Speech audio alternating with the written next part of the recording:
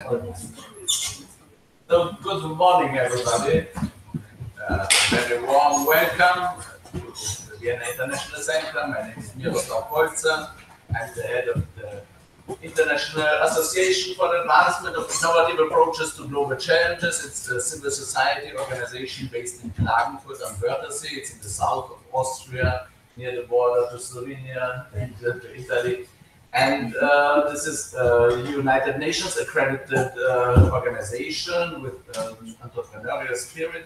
And our aim is to get youth engaged, get multi-stakeholder engagement in general, but youth engagement in particular in sustainable development action. We are looking on how to create opportunities for meaningful and rewarding engagement of young people so that they also have a living out of it, or at least joy. And this is the background for today's workshop, Blockchain for Sustainable Energy Entrepreneurship. We are delighted to organize this event together with the Slovenian government, with Nena Dokuzov from the Ministry of Economic Development and Technology. Nena is the blockchain coordinator of the Republic of Slovenia. And with Isaac Abdul, we are honored to have you with us. Isaac, the biggest network of entrepreneurial young people working for the common good. And a key partner in this endeavor is UNIDO with its Productive Work for Youth program, and with Matteo, who is within the UN system a pioneer for the topic of social entrepreneurship and also on harnessing blockchain technology and cryptocurrencies, and any of these emerging new technologies which have the potential to advance youth action on sustainable development. And here on the podium, we have also Karel van der Poorten from the European Commission, from the DG Growth, from the Unit for Clusters and Social Entrepreneurship. And Alejandro. Yes, Eternity. The Eternity, yes, it's a company and distinguished expert on blockchain and speaker. And we have also then a contribution from Dennis Avrilos from the company Compelio from Luxembourg. Luxembourg has laws on social entrepreneurship, and this company is providing information systems support for these companies and also for the governmental authorities. And we will learn from them how to come to a solution for the global level for social entrepreneurship in the context of the global goals, Agenda 2030 Sustainable Development Goals. So, there will be also a contribution from our technology partners from the DAO IPCI. It's the Decentralized Autonomous Organization Integrated Platform for Climate Initiatives. It's a Russia-based organization. They are leaders in the field of managing climate mitigation outcomes through blockchain solutions and also connecting very decentral places with global climate finance. So the aims of the workshop are on the one hand to network, because the point for organizing this event was that there was yesterday the Vienna Energy Forum, and the main event for Sustainable Development Goal 7, because this year this goal will be reviewed by the United Nations system, and we knew that there would be such very interesting people like Abdul here and some others also. And they said, let's harness this opportunity to have a meeting where we make some connections between the work of UNIDO, work of Slovenia also with this thematic leadership in the field of social entrepreneurship and blockchain, bringing in Abdul with its networks, and also having some perspectives from the European Union. And we are delighted that we've also got now this strong delegation from Latin American countries. And this is somehow, this networking is a very important element of today's workshop. And the other element is that we want to make first steps towards the development of the project. So, because in the long term, our aim is to develop an information system and a transaction platform which will support social entrepreneurs who work on the sustainable development goals, helping them to document the monitoring, reporting, and verification part, and the evaluation and incentivization of their work with global standards, so that at the end they have certified SDGs impact, which they can then really trade on marketplace and can be compared to Amazon or Alibaba or whatever, but specifically for products and services of social entrepreneurs working on global goals. So this is the long-term aim, but we have to start somewhere. That today we want to see how we can really make first concrete steps towards development of projects that will bring us to this long-term vision. And we've had already a series of UN associated events with Matteo. It was the first one was last year in January here at the UN about youth engagement in Agenda 2030 through social entrepreneurship and blockchain and digital currencies. And then we were also at the Echoes of Youth Forum with this topic, and this year at the Commission for Social Development there was also an event organized by Matteo about social entrepreneurship for the SDGs and in combination with blockchain topic. And as I said, a very important background is also this leadership of Slovenia, and we will learn more about it from Nena. And so this is now first a brief thematic introduction. We will now make a tour de table, everybody presenting his or her background or name and institution and the link to the topic perhaps, and then we will have introductory presentations from people here on the panel, and as I said, one also from the through Google Hangout. So, and with this, give the floor to Nena. To say something, it's now still the tour de table, so it's more brief introduction. The detailed introduction is done. If we have someone on the line and we don't use the microphone, you would be. He can hear me. Oh, you can hear it before. Yeah. Oh, okay, cool. Yeah. But it's still better to use it. Okay. Thank you very much. It's my honor to speak first at this workshop. My name is Nina Dukuzo. I work at the Ministry of Economic Development and Technology in Slovenia.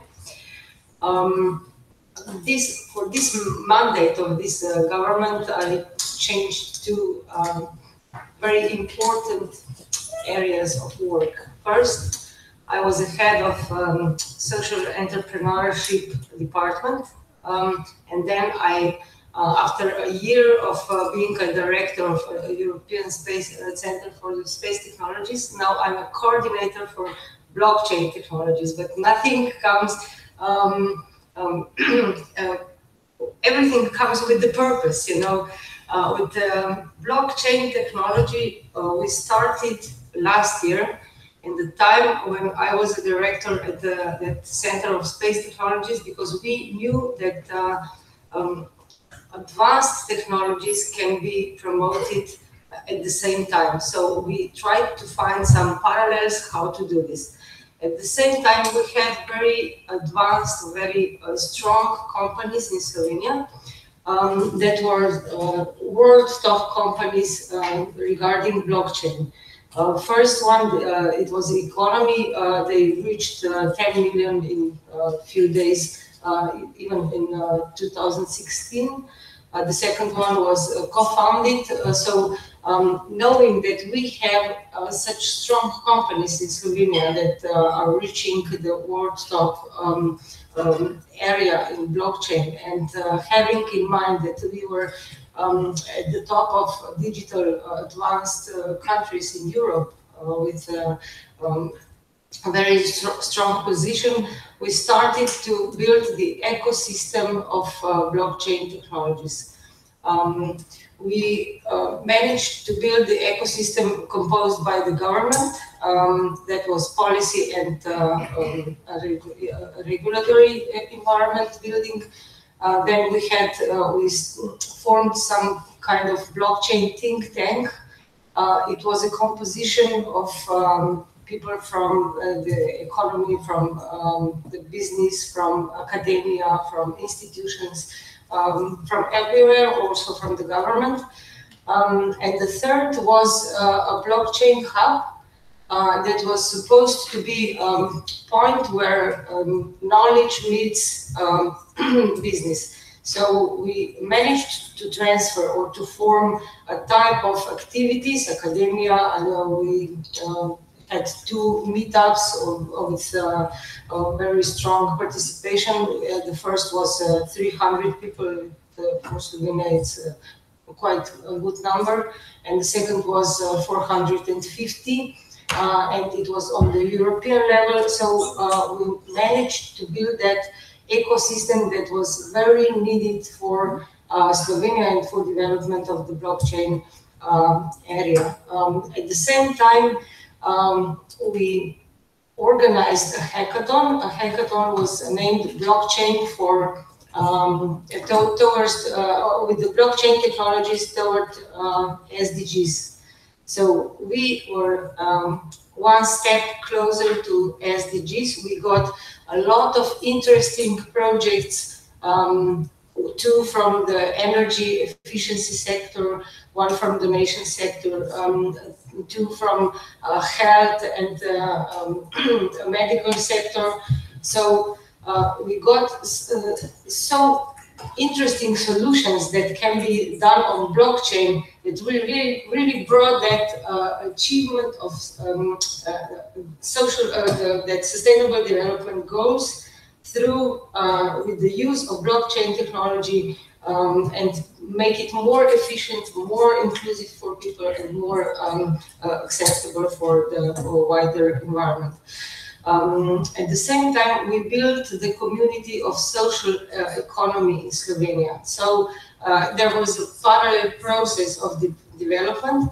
Now we have a very strong sector. It scaled up also to the European level, and this year Slovenia has the presidency of the monitoring committee of the Luxembourg Declaration. It was declaration adopted in 2015 for the boosting of social economy in Europe. So these things are going together. Maybe later I can tell some more concrete things, but for the beginning I would stop here. Thank you. Thank you very much. Abdul? Yes. So I'm not sure I need the microphone, but I'll just use it for the online people. So my name is Abdurrahman. Abdul, if you want to say it short, no problem. I'm the current president of ISET International, which is a global youth network present in more than 122 countries, and basically mobilizes close to 50,000 volunteers per year towards acting on sustainable development goals and towards enhancing or giving young people a better opportunity in the labor market through equipping them with skills of the future. We also work with a lot of entrepreneurs and social entrepreneurs around the world through our global entrepreneur program. And I think that at the end of the day, if I would sum it up, I think ISEC is just a cool youth-led organization. If you think of it from bottom to top, like from our local volunteers on the ground, 18, 19 years old, our global president, 27 years old, no problem, the whole organization. So at the end of the day, I think it gives us a certain edge of energy, dynamism, and youthfulness. So if you want to get something done in 3 months, you go to ISEC. If you want to get something done in 2 days, you will go to ISEC also, because that's how young people work, right? You think of solutions, you think of things fast, and you think of how to connect, aggregate, and integrate. And I think this is the thing that I love the most of what I say. And also, we're brief, crisp, and to the point usually. So that's me. Thanks.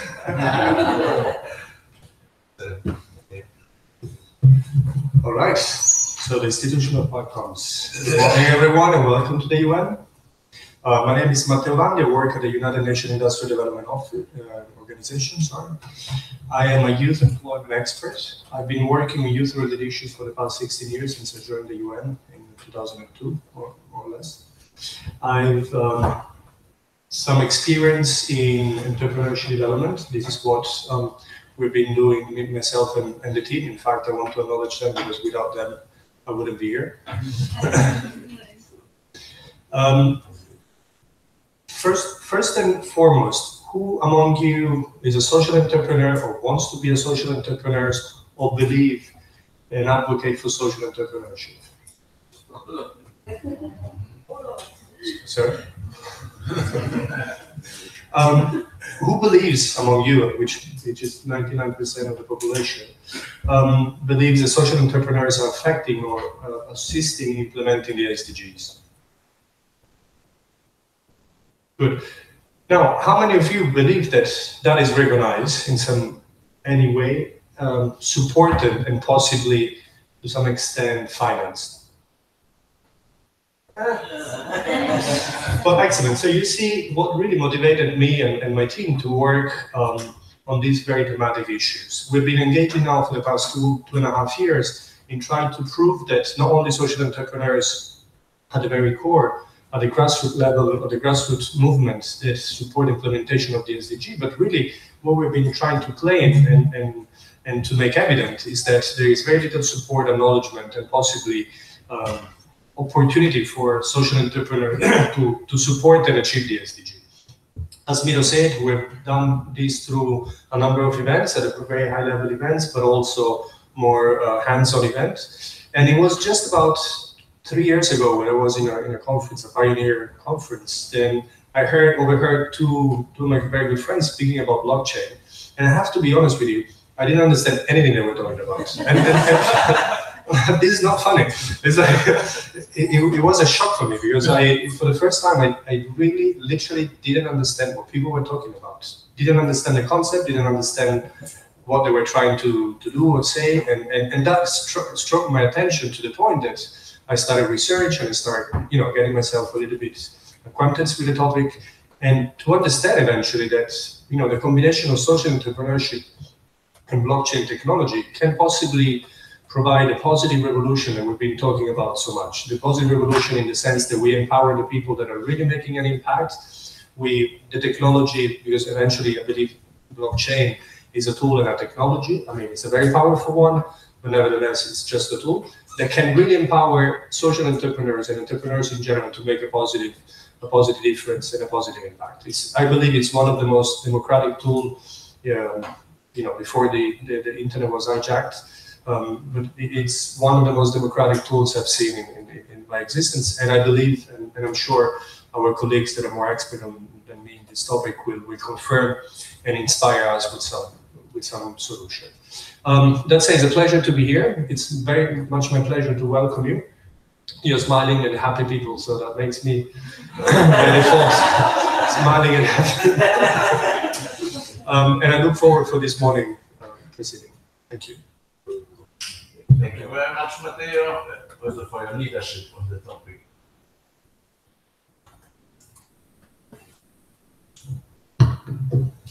Good morning, everyone. My name is Santiago Ortega. I'm from Bogota, Colombia. We are part of a group here in Vienna. We're a social innovation management course. And I'm currently working on the major's office in Bogota. And I call myself a social engineer. I have a group called Citizen Hacker. So we try to change the microchip one corner at a time in Bogota. Okay, thanks. Well, hello everyone. It's an honor to be here. My name is Fabian Vaca. I am from Ecuador. And well, I work for the international NGO Teach for All. I'm doing this program in Ecuador, so I work with indigenous communities. So I'm passionate about education, and I'm actually working with my students in developing social projects, you know, to support the development of their communities. So that's the pathway I want to take after this. So thank you very much for having us here.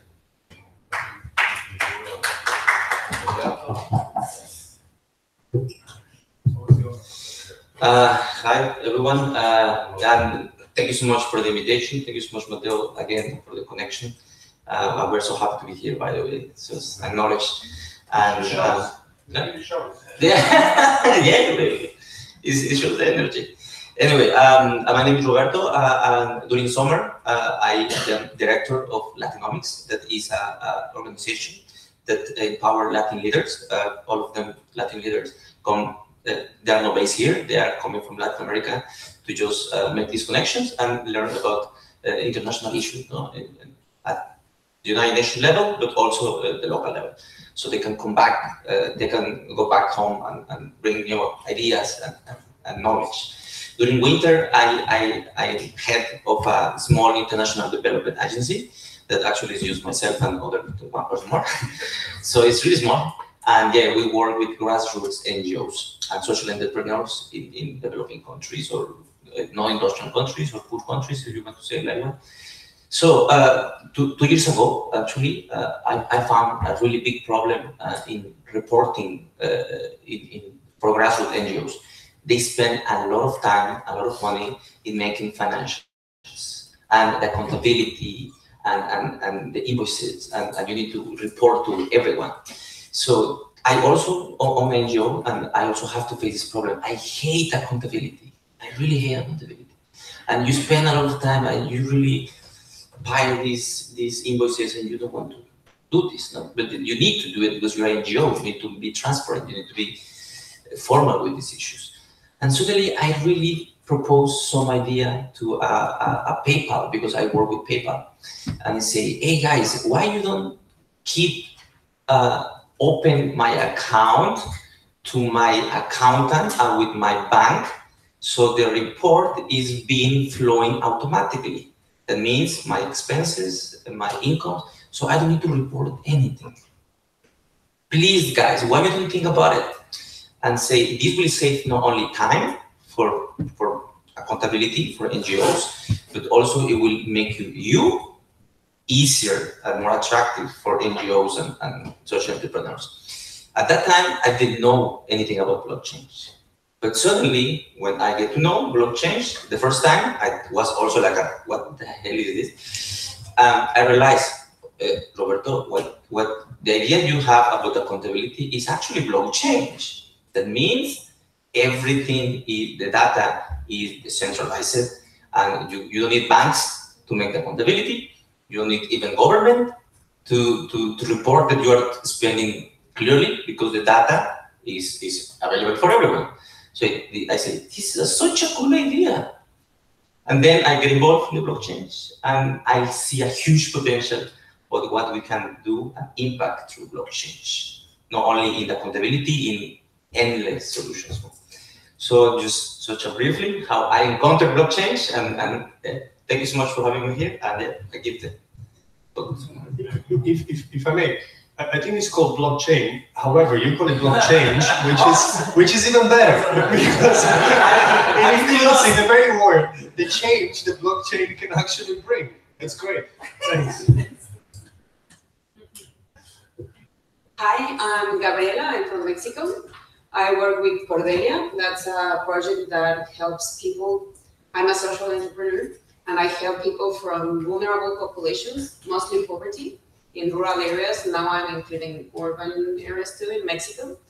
And what we do is empower them and give them the tools to enable them to become social entrepreneurs themselves, instead of working like in Mexico, you would be a janitor all your life if you don't get these tools, and they will be able to start doing, not only getting better jobs, but being self-employed and entrepreneurs. That's what we do.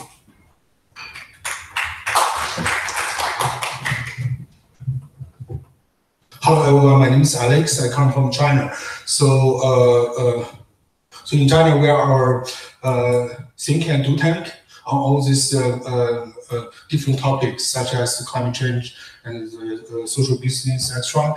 So in terms of social entrepreneurship, we work closely with Nobel Peace Laureate Professor Yunus on social business. So we promote to more young people, to learn, advocate, and take actions on social business. So today we're happy to be here. Thanks very much from you, and we're looking forward to learn more on blockchain and social entrepreneurship. Thanks very much. Sorry, if I may, which organization you represent? Because I missed that. Youth Think Center, like think from youth perspective. Youth and think. Perfect. Thank you. Thank you. Good morning. I'm Priscilla Bittencourt. I'm a PhD candidate at the University of Vienna, and my thesis is about the institutional arrangements for the implementation of SDGs.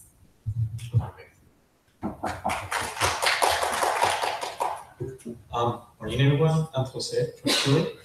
I'm an industrial engineer. I'm specialized in corporate development and innovation, and also in energy technologies. So I'm pretty much looking forward to this one. Just 1 second before we pass. Jakob, can you please come to the table as well? Instead of being in the shadow. That's it.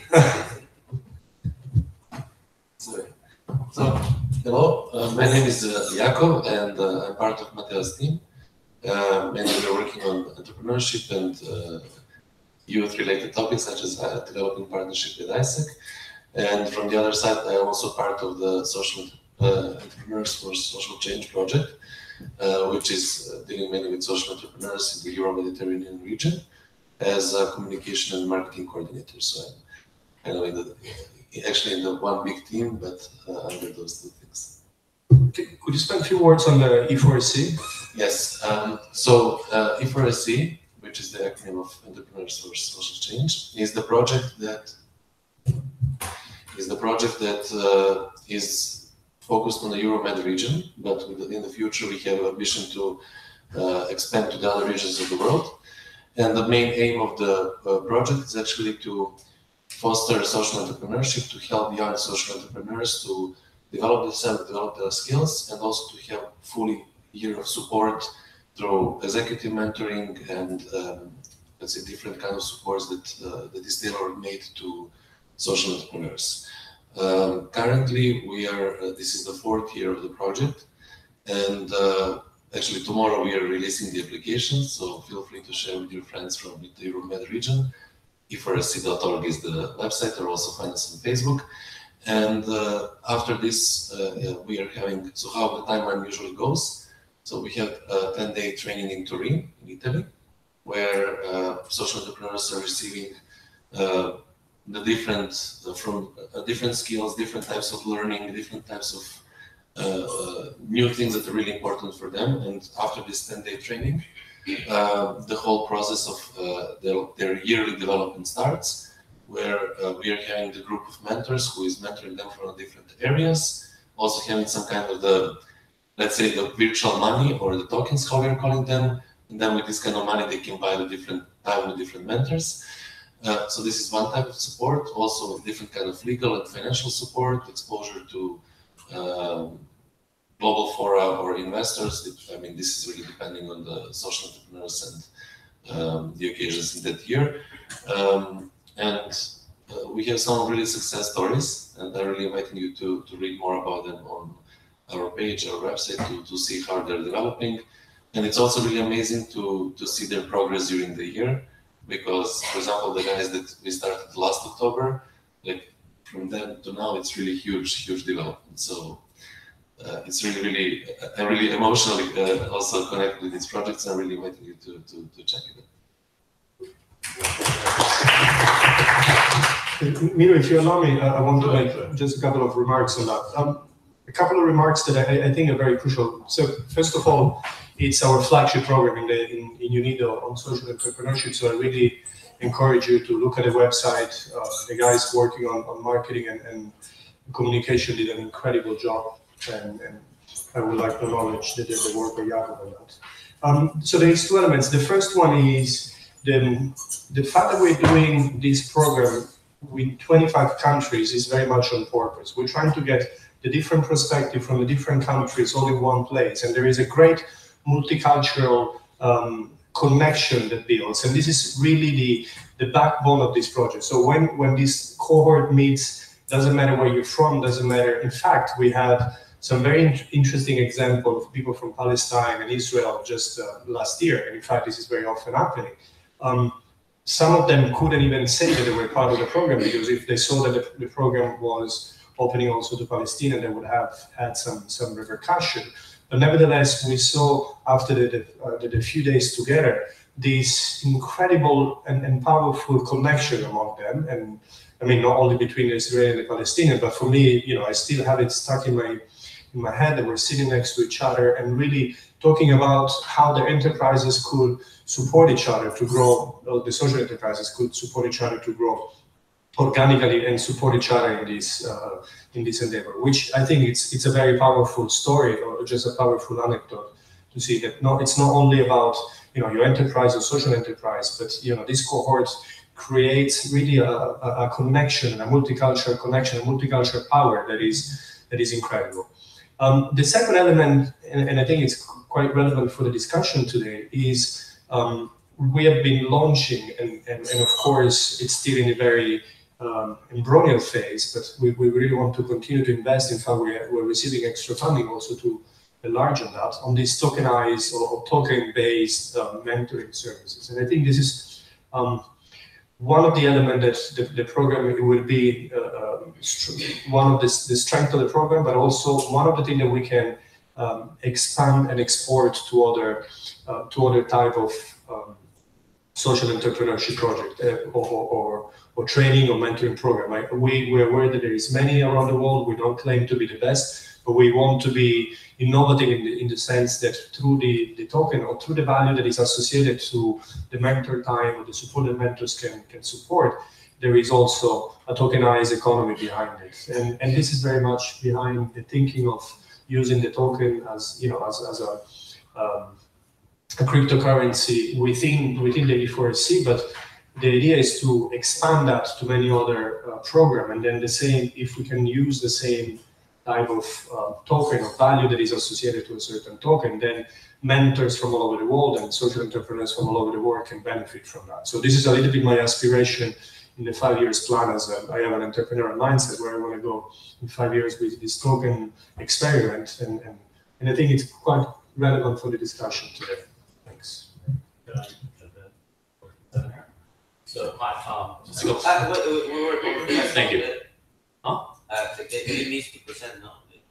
Oh, I was just going to respond. Oh, okay, sorry. No, I'm not going to introduce myself. So I'm the mysterious man. I don't have a name, I don't have a topic, and definitely not a nationality as well.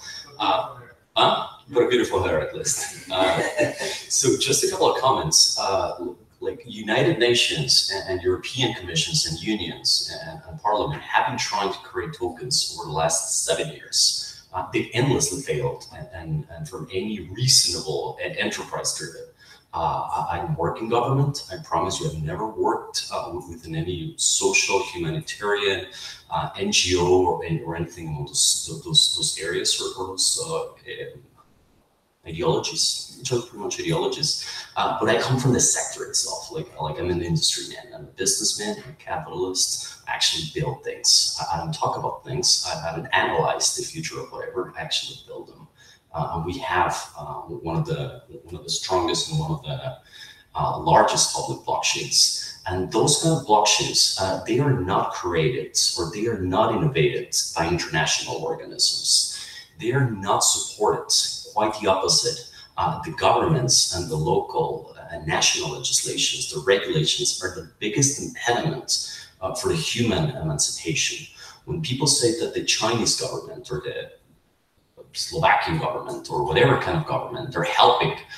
It's actually the exact opposite things. They have very strong regulations against social entrepreneurship, against the capacity of someone to create universal adaptation, financial inclusion, to create digital identities that does not exist or does not discriminate people because of their nationalities.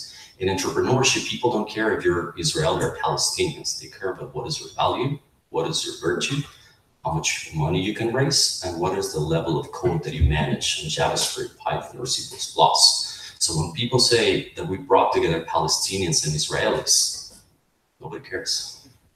It's a status mentality. It's the belief on the nation state.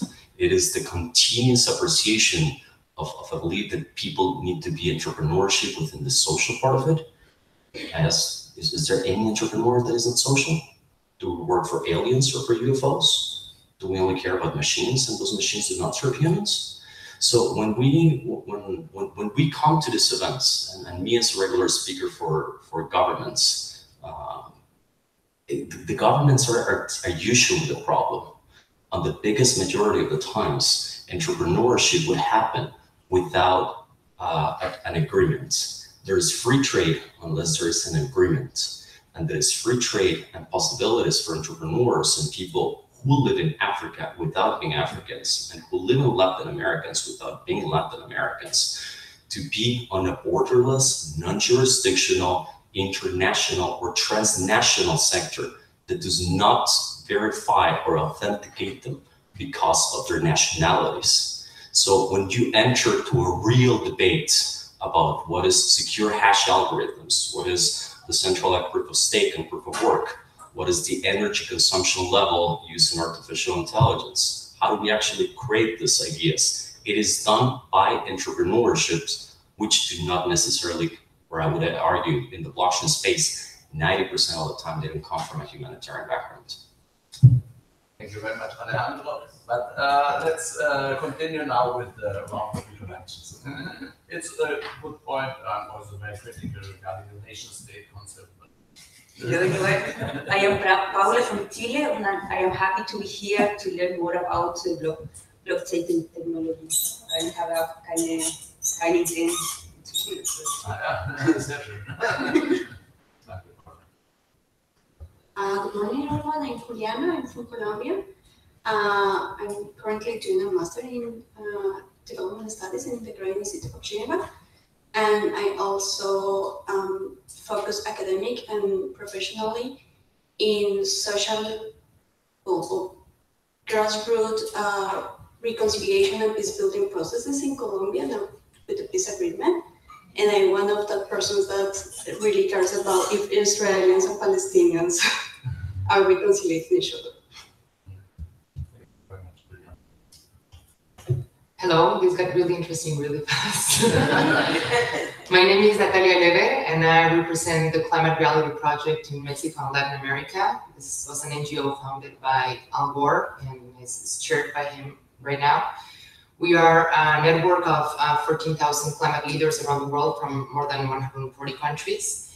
And we believe that technology is key to solving the climate crisis. And social entrepreneurship or entrepreneurship, it's really important. We don't have right now the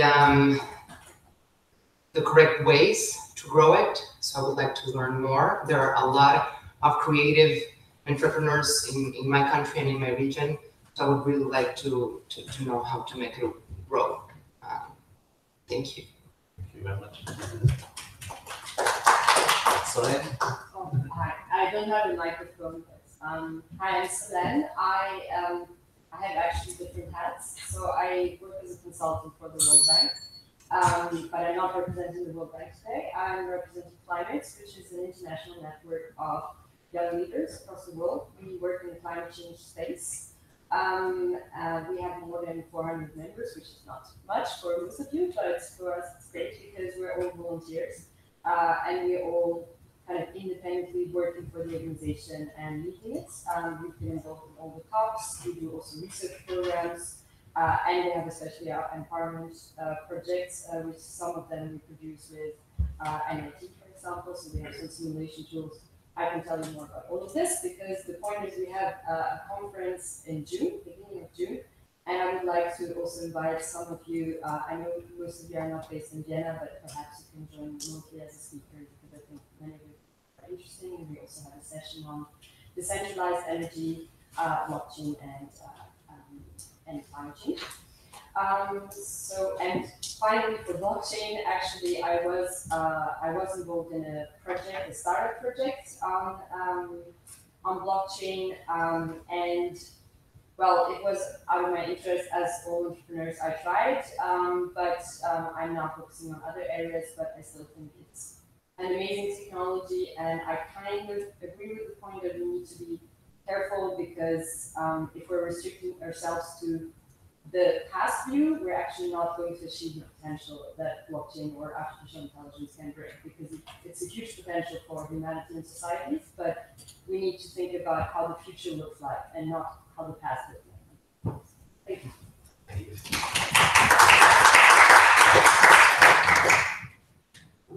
Thank you. My name is Alejandro. I'm the global ambassador for Eternity. It's a $1.3 billion startup. We raised 800 million over the course of 1 week. Also, the former CEO of JADA and of Humanitarian Blockchain, which Duncan confused the fact that he has the word humanitarian and it's property rights, not humanitarian in the sense of what is human rights, which is confused as welfare, state rights. And as such, as work with a number of organizations, United Nations, European Parliament, Commission, GlovSec, MIT, WeWork, etc. I come from the industry standpoint, and I do things. I'm a builder, we entrepreneur, we code. We wouldn't come from the policy-making analysis, and we try not to create a lot of policies. We actually try to build projects that intersect with artificial intelligence, with machine learning, with mixed reality, automated vehicles, driverless cars, additive manufacturing. So things that involve disruptive, emerging, and convergent technologies that can have a real impact with business, and for those business that are used by sometimes business actually serve people, but we try to focus and emphasize on the business side of it. So thank you very much. Thank you. Thank you very much. I'm Karel van der Poort from European Commission, DG Grow. I'm part of the team that focuses on clusters, social entrepreneurship, social economy, and general entrepreneurship. Myself, I'm pretty engaged in the support for social enterprises and social economy, which is quite hard in the European Union because you have so much different concepts in all the countries, even regional differences, etc. So for us, we are not really pushing for one type, etc. We are trying to give a general support for social enterprise and social economy and not choosing one or the other. Thank you. Thank you very much, Karel. And may I ask now Dennis to join us via Google Hangout? Hello, do you hear me? Yes, we can. Good morning. So, good morning for Luxembourg. Of course, the screen and the mic is not necessarily the best mean to share the excitement of being together with you. Still, as much as I can do from here, my topic and the things that we are developing in my company, first of all, Compelio. We are a company based in Luxembourg. The team is composed of me as business angel and people who used to run incubators and accelerators, as well as developers. So what we're building are tools for entrepreneurs, especially impact entrepreneurs, to define and mature and validate their business model. So as the topic of the workshop here, it's blockchain and sustainable energy. I would like to broaden a bit the topic and say that my talk would be in digital technologies in general for sustainable impact entrepreneurship. And just as one of the things that I would like to introduce in the discussion is that we believe that digital technologies is a very important element to achieve scalability in impact entrepreneurship. We very well see that there are excellent opportunities at local level, but they're not just not known. So maybe there are people that can share, and we're talking about circular economy. So, I mean, there's a lot of waste that we see because people reinvent again in various places in the world things that they can, very well just share and make it more scalable, go quicker, and make other people know that they exist and they can have very robust and powerful technologies. So thank you, and looking forward to the discussion. Thank you, Dennis. See you later also in the program. And with this, we come to this thematic introductions into more depth, and we're delighted to have Abdelrahman Ibrahim with us. And please tell us about what young entrepreneurs need in order to be more impactful, what kind of information support we should develop. Very cool. So just to kick off, I think Alejandro set up the tone for a very, very cool debate. Yeah, I really appreciate that. So regardless of whether I agree with the concept of the member state or I don't agree with the concept of the member state, I agree with the concept of global citizenship and being a citizen of the world, and that's at least what we work for. For a very simple notion or for a very simple narrative. The narrative here is a narrative of human capital of trust or social trust, which is completely the opposite of what is perceived in the core foundational ideology of capitalism. The core foundational ideology of capitalism is profit. The core foundational ideology of a social movement is social capital, which are not counterproductive or counterintuitive, but are two sides for a different spectrum. So that's why I'm saying I'm very, very excited for the conversation. So from at least from this angle, or looking at it from this side, so coming from an angle of human capital of trust, social capital, you would look at blockchain solutions or our ability as an organization to have that thought process of, okay, if we have a network of trustees, which is 50,000 young people that are working on the grassroots level, trying to create some form of community impact, and day in, day out, they're already volunteering their time, right? So that's what they're doing because they're young people. So with a certain value system and believe in the kind of impact or work that they're doing, and at the end of the day, volunteering their time, which of course also goes a lot against the ideology of capitalism, because volunteering is viewed in sometimes as a form of enslavement, or people slaving their time without getting a certain return. And I remember having a very cool debate with some people from the ILO about the idea of social volunteerism versus interning for a financial benefit, and how do you translate that idea of the social benefit that I gain on a moral level from volunteering versus the financial capital gain that I would get through being an entrepreneurial leader in business sector or in an enterprise in an internship format.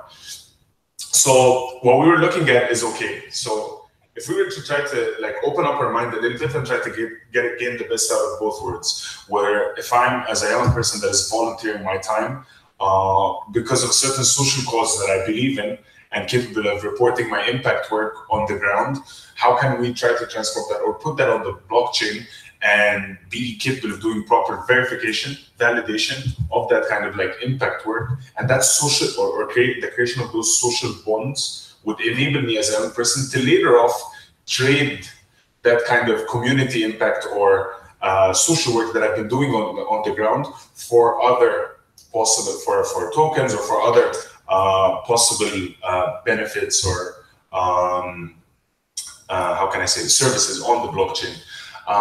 Which was a very interesting way of looking at things, because it would incentivize certain forms of social work. It would also incentivize impact measurement, reporting, monitoring, evaluation, which are usually very big problems that we face in the development sector. Because a lot of times we say, oh, we're doing X, Y, Z, this amount of impact we're mobilizing this amount of young people on the ground, and then you would go and you're pitching for a corporate, and the first thing they would say is, so if I put X what is the return in terms of why, which is something that I completely appreciate, admire, and once I finish my current work, I would love at a point in time to be able to jump on board with that, because that is the right way to think. Because a lot of times, as people working in the social sector also, or in the development sector, we're very idealistic, naive a little bit in a certain way, where like that idea of, oh my God, we're impacting the world, we're making the world a better place, I'm gonna make tomorrow better, in itself is not a concept that people would buy. If you go and you pitch for a corporate and you're like, can you give me a sponsorship package of XYZ because I want to make the world a better place, they're gonna be like, so for how much?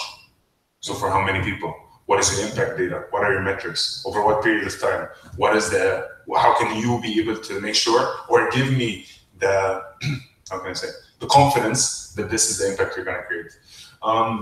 Even now, when you come to think about a lot of entrepreneurs out there that are facing certain issues when it comes to certain capital or certain investment, and they're going to loaning agencies or lending firms, first thing that they ask them is like, how can they be de-risked?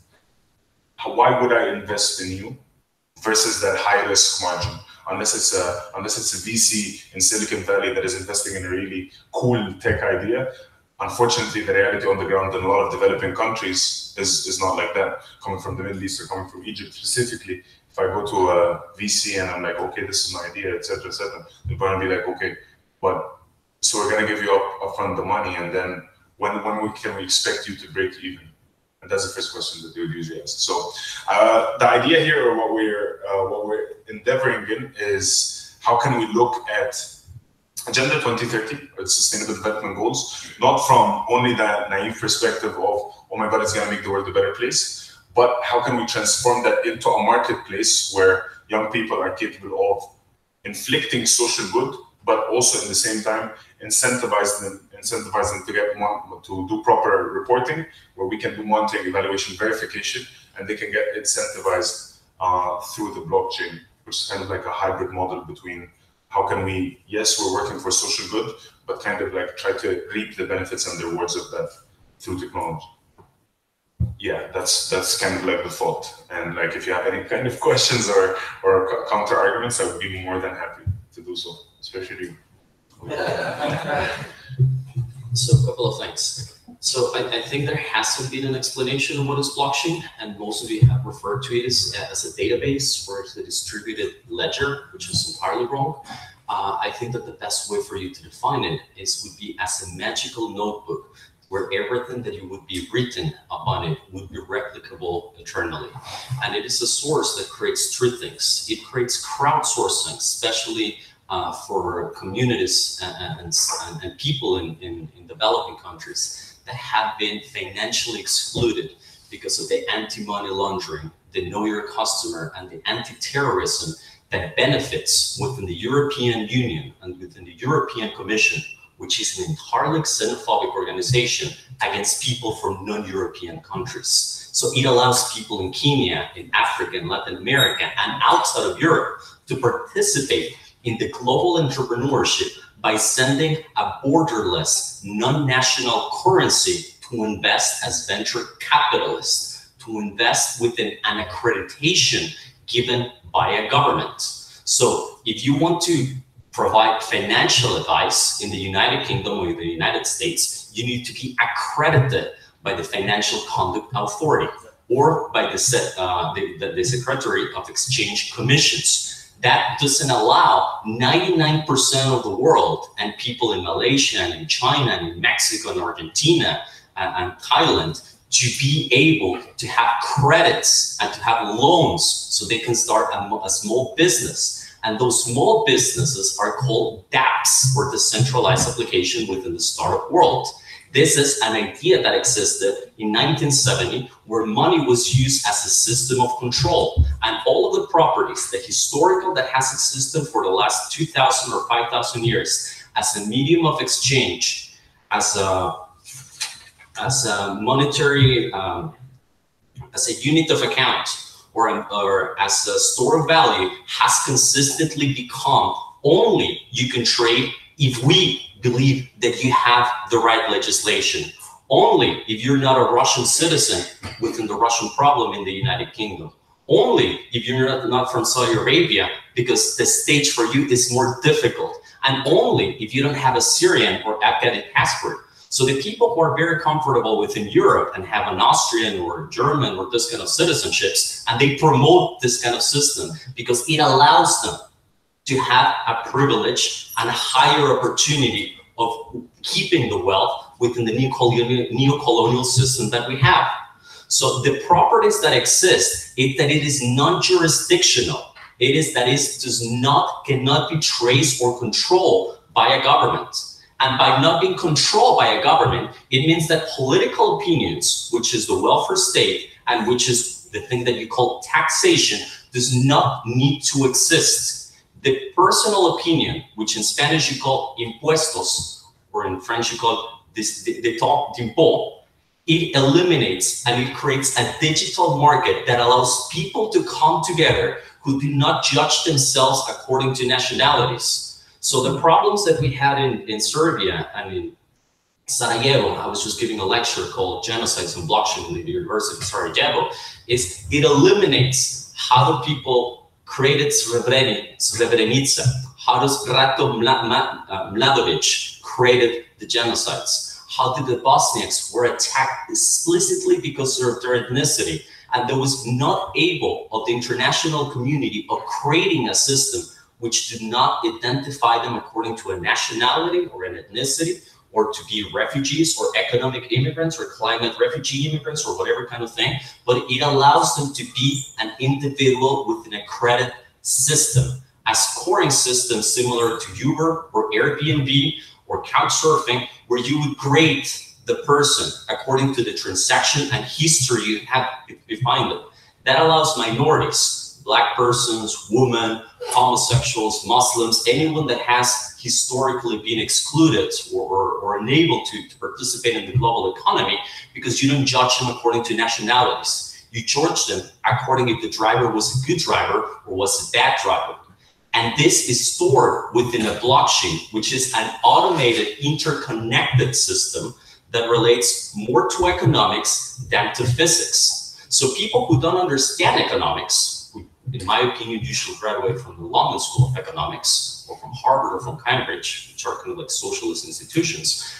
They would not be able to understand what is Bitcoin from a historical perspective, from cryptoanarchy and virtual communities as it existed in 1995, and how these ideologies became the encrypted version of the Austrian School of Economics. So people who do not understand who's Milton Friedman and Friedrich Hayek and Rothbard and Ayn Rand would have a very difficult time understanding how does the token economic works if you don't understand what is the political tool and ideology that motivated the people to create the first stages of Bitcoin, which in 95% or 99%, all of them were free market libertarians. So when government says that I want to establish a transnational currency, I'm just laughing. I could laugh forever.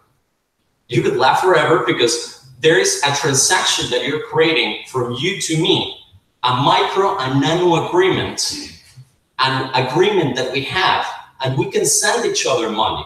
We can validate smart contracts. We can create organizations that don't have to have leaders, that doesn't have CEOs, that they don't need to be registered in a jurisdiction, using automated vehicles of encryption called decentralized autonomous organizations. So when people say that the Chinese government is creating something, people who live inside of a territory that which by coincidence you call China doesn't mean that those people agree within the legislations, within the powers, or within the government that exists in Syria, Afghanistan, Mexico, or anywhere in the world. So if people don't understand what is Austrian School of Economics, everything that they're saying afterwards will eventually very likely be wrong, in my opinion. Thank you.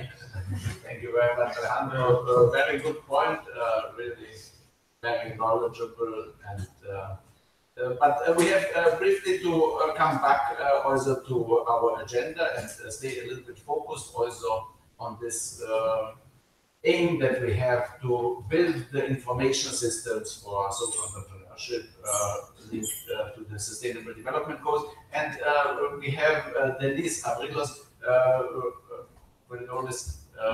who has to catch a flight soon. So I would say that we give him first the floor to present his information solutions for social entrepreneurship, and then we continue with the other introductory statements.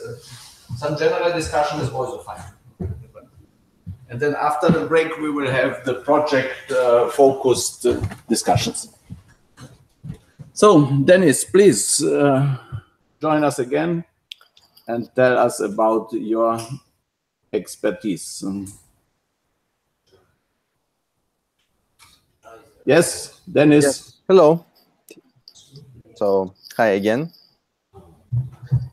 In my talk, I choose to be as little inspirational as I can, because I would like to share with you some of the things, practical tools that we actually have developed here in Luxembourg. So in that context, I will start a bit by defining, say, a few words. I mean, I have been in different events where actually the term social entrepreneurship came up. So I just wanted to share with you the definition that I'm using now. Whatever, I mean, is the bottom line, whatever is the impact that we are seeking, whether environmental or social, the thing that we have seen that differentiates from the regular entrepreneurs that actually, as a person said, that is they're focusing on the cash returns and all that. The thing that we have seen that people actually differentiate them from the regular entrepreneurship is the definition of impact. So we can have impact as our will to change the world, but we can have impact that is measured according to well-defined metrics.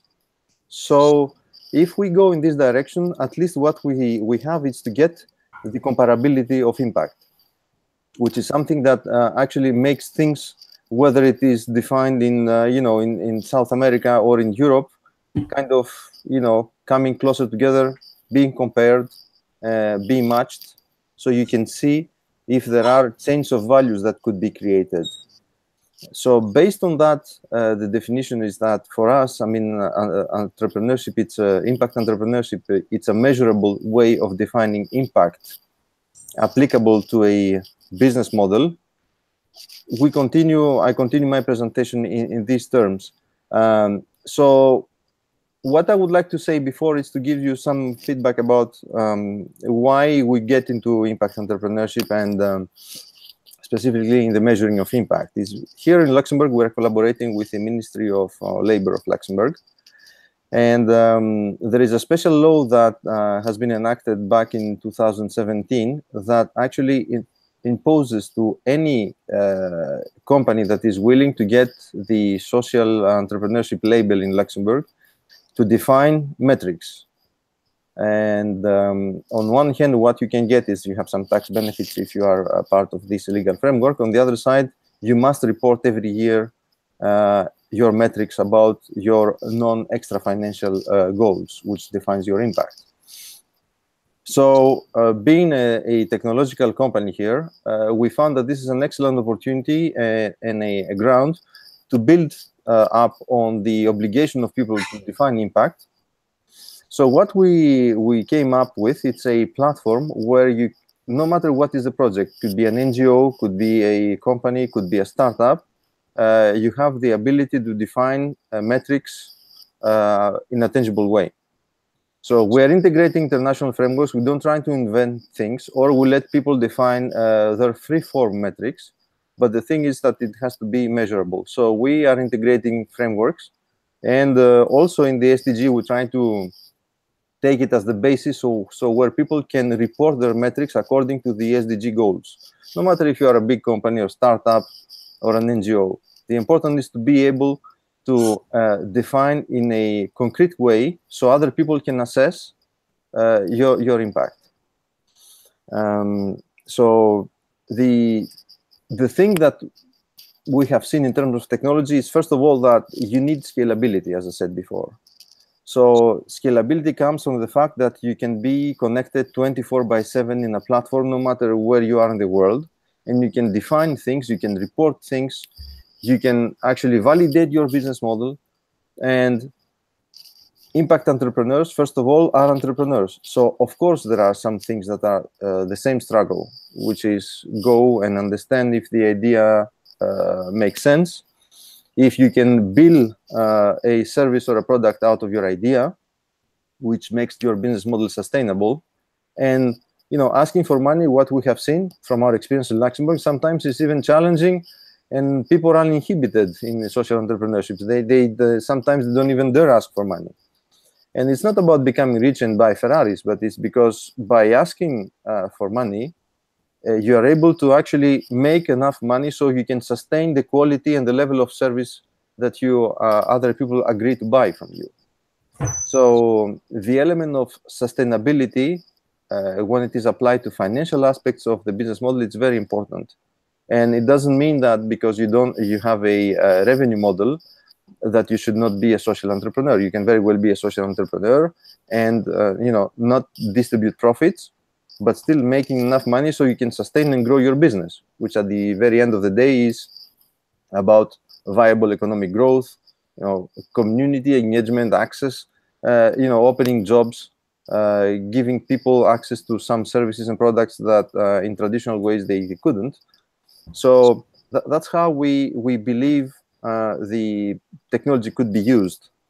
So one way is to be able to define in a tangible way your impact metrics, and on the other way to connect with people. So in our platform, what we have done, and currently it is used by all social entrepreneurs in Luxembourg through the incubator that we have in Luxembourg. Of course, it's a small size country, but we are working with the government of Slovenia and the people from the monitoring committee, the other member states, to grow that beyond Luxembourg.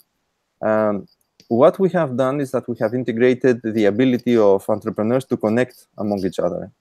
So we have the ability for people to create a community, an online community that could work not to replace the offline community, but to augment the offline community. So people can exchange ideas, they can, above all, offer services to each other, which is something that among entrepreneurs, it's very, very natural. On the other side, what we have done is that we have created a complete e-learning platform where people can learn whether this is the methodologies of building a business model or the ability to define metrics, because there is some sort of, people have said the accounting is boring. Still, there are some rules. So we can reinvent entrepreneurship every day, but there are some things that we learned since the 2000, about what could be methodologies that can help you at least avoid some of the issues that previous entrepreneurs made. So we have an online academy module in our platform where people can learn from it. They can go and understand what is to define a non-extra financial metrics applied to their own business model, so they can qualify their impact precisely and exactly as their business model demands. We have tools for any sort of business model development, business model canvas, lean startup, validating of hypotheses. For people who are familiar with these concepts, I don't like to go any further, but Miro is there, so if you would like to get in contact with me, we'll be delighted to discuss and further on that. And last but not least, the metrics. So what we have seen in our experience, and we are far from being, experts on the SDGs, but we have seen that the SDGs define some goals, but when it gets down to define specific metrics, quantifiable metrics, it's not necessarily something that people would around the room would agree of what are these metrics. So what we are trying to do is that we are trying to integrate any sort of framework that exists out in the world that we know, that allow people to precisely define quantifiable metrics according to SDGs or other frameworks, the GRIs, the IRIS, the TONIC, we have 5 or 6 frameworks that we integrate in our platform.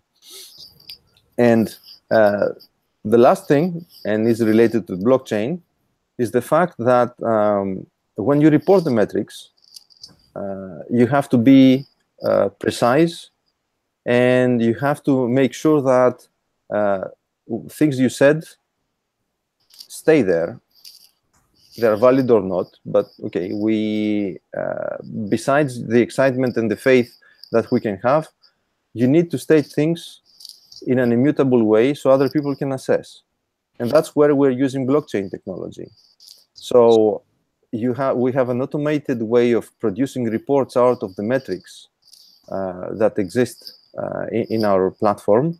And the reports are anchored on the blockchain, which means that if you change a 1 comma in the report, you will be able to trace that this is not the original document. So that's how we use blockchain. We use blockchain in order to have a proof of existence of a report at any given point in time, with the precise millisecond time of when the report has been produced, which means that if you ask for people to report in a timely manner, if you want to prove to people that in the past you have some sort of evolution in the way that you have defined your metrics, it is possible to do with our platform. So we're using blockchain not for the tokenized part, but we use blockchain for the immutability and the proof of existence of reports about impact metrics. And because this is a one-way discussion, if I can take 1 or 2 questions, I would be delighted, if possible, Miro. Yes. Thank you very much, Dennis. And let's give the floor to Matteo, who is also working here in Vienna with the Institute of Crypto Economics on things where synergies might be possible. Hi, Dennis. Very nice to electronically meet you. And you, I see you, you don't see me.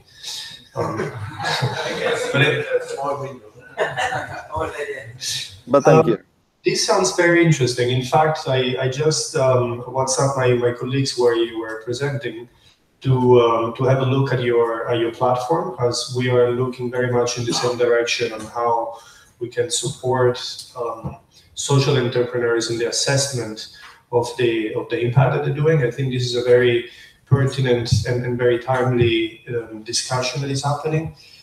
So I've got a couple of questions for you in this regards, and then I will possibly talk about the Crypto Economics Institute and the Vienna University exercise or research that we're launching. You say that this is basically, I mean, through the platform there is, and through the matrix, there is a self-evaluation of the impact. But is any other second or third party that can certify the impact? Yes, sure. Yes. So first of all, I mean, it's not necessarily that you have here. I'm showing you. Do you see the screen? Yes. Yes. Yes. Okay. So here it's an example of the SDGs metrics and how you could eventually go and define according to the various categories your impact. And the way you define the impact is that you can first of all you can self-report. And here I give an example of the platform where you have a metric. Okay, this is gender equality metric, but we have 560 metrics that cover social and environmental impact coming from international frameworks. So first of all, you can define yourself the metrics, which a startup typically would do. But you can very well have accredited people who can come. Typically, I can think of an NGO that has to report metrics, so it can be collaboratively. And on the other side, it is something that it could be assessed. Typically, we're working on a project with the European Court of Auditors where their job is to make an audit on how the public money is spent in the European Commission. This is using our blockchain technology. And typically, this is a third-party check of metrics. Okay, so you don't you can state something, but you have to be able to prove it. So here, what we have, it's a report about how you define your extra financial objectives. And then it's up to either the parties who are assessing or to yourself, depending on the context, to see how this thing is evaluated. Am I answering your question?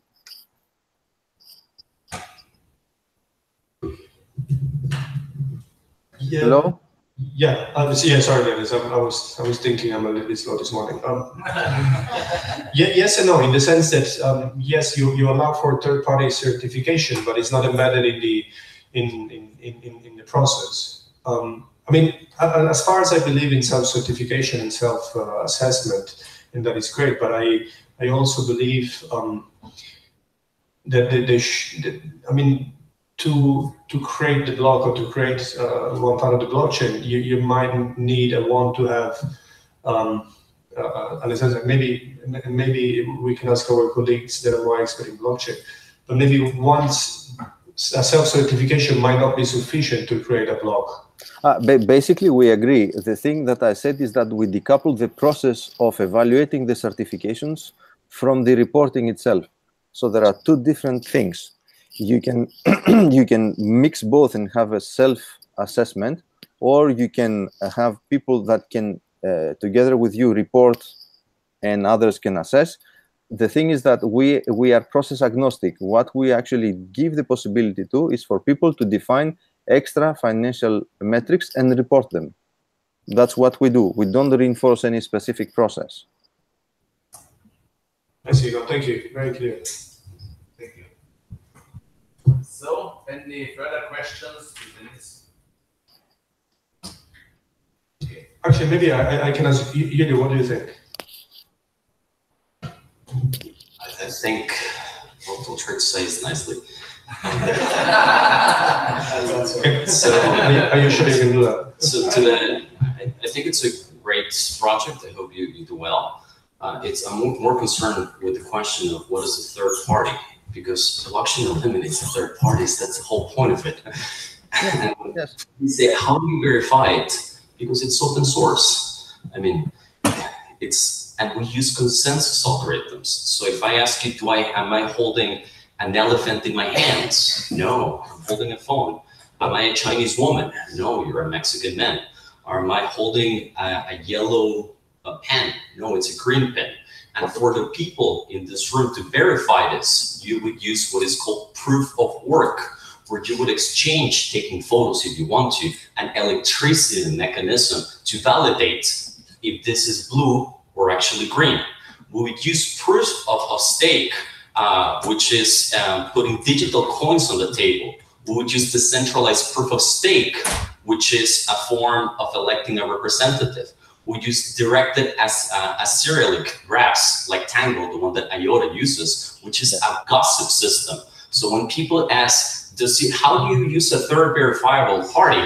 Jesus, I mean, it is because it's open source. It's a global repository where if I throw this in there, everyone will be able to see in this room to vet and validate if the logic that has been written within a programming language would be actually executable. So hundreds of thousands of people on a platform called GitHub would verify that that color in there is green. And that's how you create consensus within a digital electronic mechanism. What blockchain eliminates is the third party.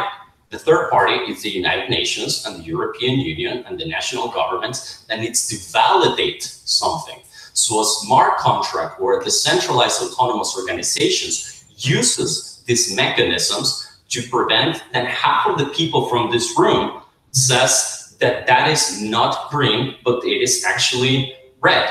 So if these people in here want to create what is called a vector attack or a civil attack, meaning an impersonification, trying to steal the money, trying to do double spending electronically, all the people in here would vote against it. And you create by design a system that is based on collaboration and cooperation rather than mistrust and abuse of the system.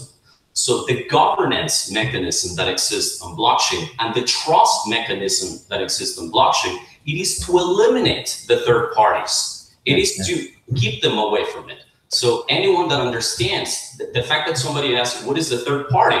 It means that they don't understand what is an open source model, with no other way of saying it. Yes, excellent.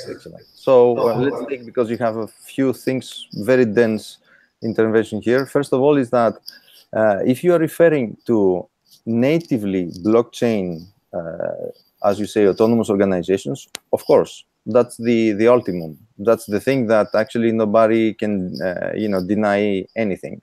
Now, I wonder how many of the social entrepreneurs out there could be able to build such ecosystems, or even for their own, actually having a business model that is totally run as a decentralized autonomous organizations. To our view, it's very few. Now, on the other side, you have frameworks that try to make it so impact is measurable. And of course, I agree with you, it doesn't have the level of proof that is written in code. But however, there are methodologies, metrics, and people use every day. So instead of going from 0 to 100%, what we're saying is that depending on the level and the case, the state of the practice today is that people report metrics.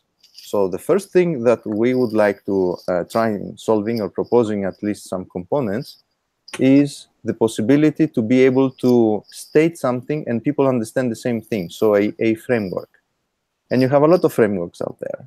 So being able to define and quantify your metrics, it's already a challenge. And that's what we are modestly propose a solution, at least partial to it. Now, the second thing is what are people are using in the process of validating and actually certifying that. And still in this process, there are auditing, there are evaluation. Of course, manual can be biased, all of that. But at least in the technology, the blockchain technology, as you very well know, because it seems that you are an expert in that, you can very well anchor any piece of information with a blockchain so you can prove existence. You don't have to create all smart contracts, but at least you can take any sort of document that you have out there and state that this document existed with this specific contract at a given point in time, and the process for assessing was being followed and also anchored on blockchains.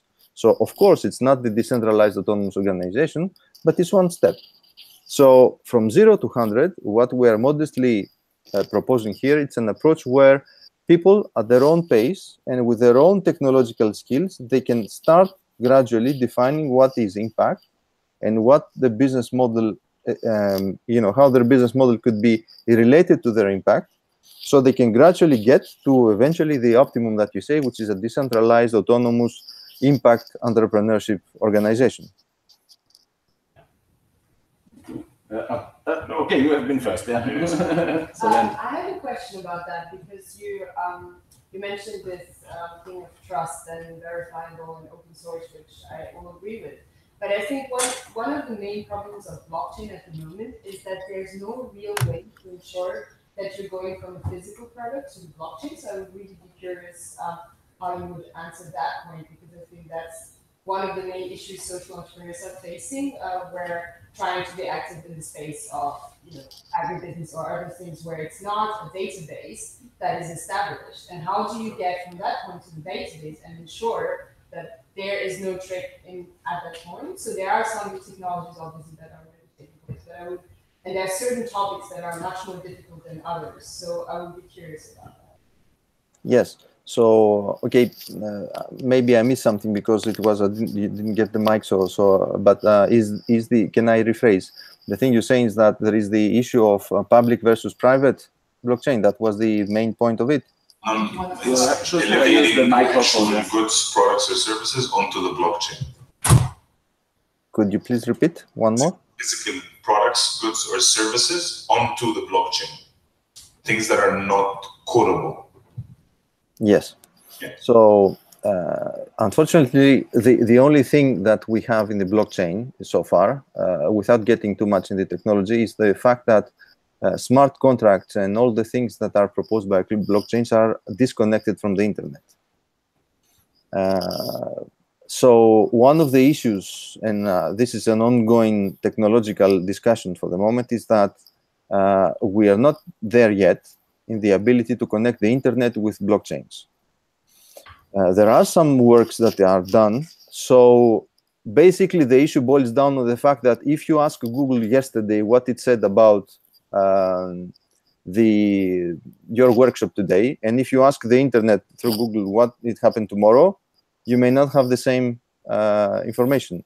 Eventbrite typically would disappear tomorrow, so you won't have the same information about specific events. Therefore, the only thing that actually we can do for the moment, if we would like to have the blockchain used by traditional services that could be typically cloud-based, is to be able to use, on most of part, public blockchains, because these are more immutable than the private blockchains, to register things that happened. So this is called open smart contracts. But anyway, beyond the technical aspect of it, the only thing that we know for the moment to do, at least to our knowledge, is the possibility to actually say that some things happened and register on the blockchain, because you know that these are immutable.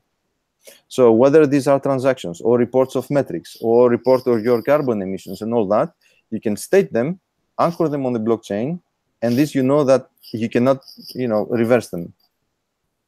So what we're trying to leverage, we are very pragmatic here. We don't want to, we don't know yet how we can leverage the technological capacity to go to the planet and say we have a decentralized autonomous organization for impact. That we don't know how to do. So what we do is we start modestly by saying, no matter how you report your impact, there are frameworks that are international frameworks, so they allow you to have comparable results on quantifying impact first. And second, we anchor them on the blockchain. Of course, it's not a 100% solution, but it's a pragmatic first step. Excellent. Abdul, did you want? So, okay.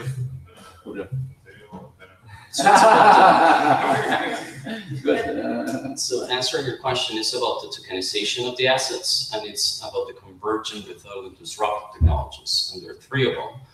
The most important one is this IoT, anything that involves interconnectivity and has the word smart, like smartphone or smart city. The second one is the input of chips, which are NFS, and by implanting them, you can see the whole traceability within the value chain. The third area of it is when you put an implant, which is a QR code within to verify that a product, a physical product, a raw like chocolate or grains or water or any asset you're trying to travel from one place to the other, would remain with its purity. And this is one of the characteristics called provenance. And provenance it's what we call end-to-end sales. So when you start with a producer and you go within its distribution process, you go to the processing in a manufacturer, you go within the regulation and compliance by the government and the port authorities, you manufacturing in an end country, and then to the point of sale that you go to the Waitrose or the Walmart or Whole Foods, and people buy it itself. All of that process, there's massive amount of waste. And what they do is that it doesn't allow to have ad hoc lifestyle entrepreneurship. Meaning for someone that wants to have one particular mindset, that you can say that a consumer wants to have always organic products coming from Africa, or he's in love with how would you have an all Arab Airbnb house, or how would you create a lot of subdivisions and a lot of applications on top of Apple as a product. That is how blockchain operates. So it is about digitalization or tokenizations of different kind of assets. And if you want to see the policy perspective, it's Friedrich Hayek who speaks most about it in constitutional liberty. I'm very happy that you bring this up, because one of the things that we actually are doing, again, these are specific verticals, typically in the supply chain for the primary agri-food domain, absolutely, and there are very many others, and the IoT, as you said. So pragmatically, what we have seen also is that typically we have a project with some producers. I cannot cite the origin, but it's in the primary agri-food domain. So we're having an integration with NFC technology on the QR codes, as you said, integrated on their production line, which is reported. On the other side, when you have subsidies coming from the Commission, you have to report in a specific way the offers, the invoices, and plenty of other things. So you have two different distribution, checking chains for the moment, because actually the constraints are like this, which is even if you are totally, automated, and we have seen that this is very interesting. On the other side, all the things, the checks that the European Commission in Europe does is paper-based. So there is on one hand the technology, as you say, that you can integrate on the production chain, and we are fully supportive of that. And then the other thing is about the processes of reporting and doing a whole lot of administrative procedures that the person said that is very boring. I agree with him. That also have to be somehow have proof. And I mean, there is no disagreement here. We see that the technology for people that are forward-looking could be totally digital, and blockchain is superb in that. On the other side, you have to take care with the administrative procedures that they have any sort of bias because they are paper-based for the moment. So that, and our point here is that not only you can integrate blockchain technology in the supply chain or in the core of the heart of your business model, but you can also apply it to some more boring administrative procedures.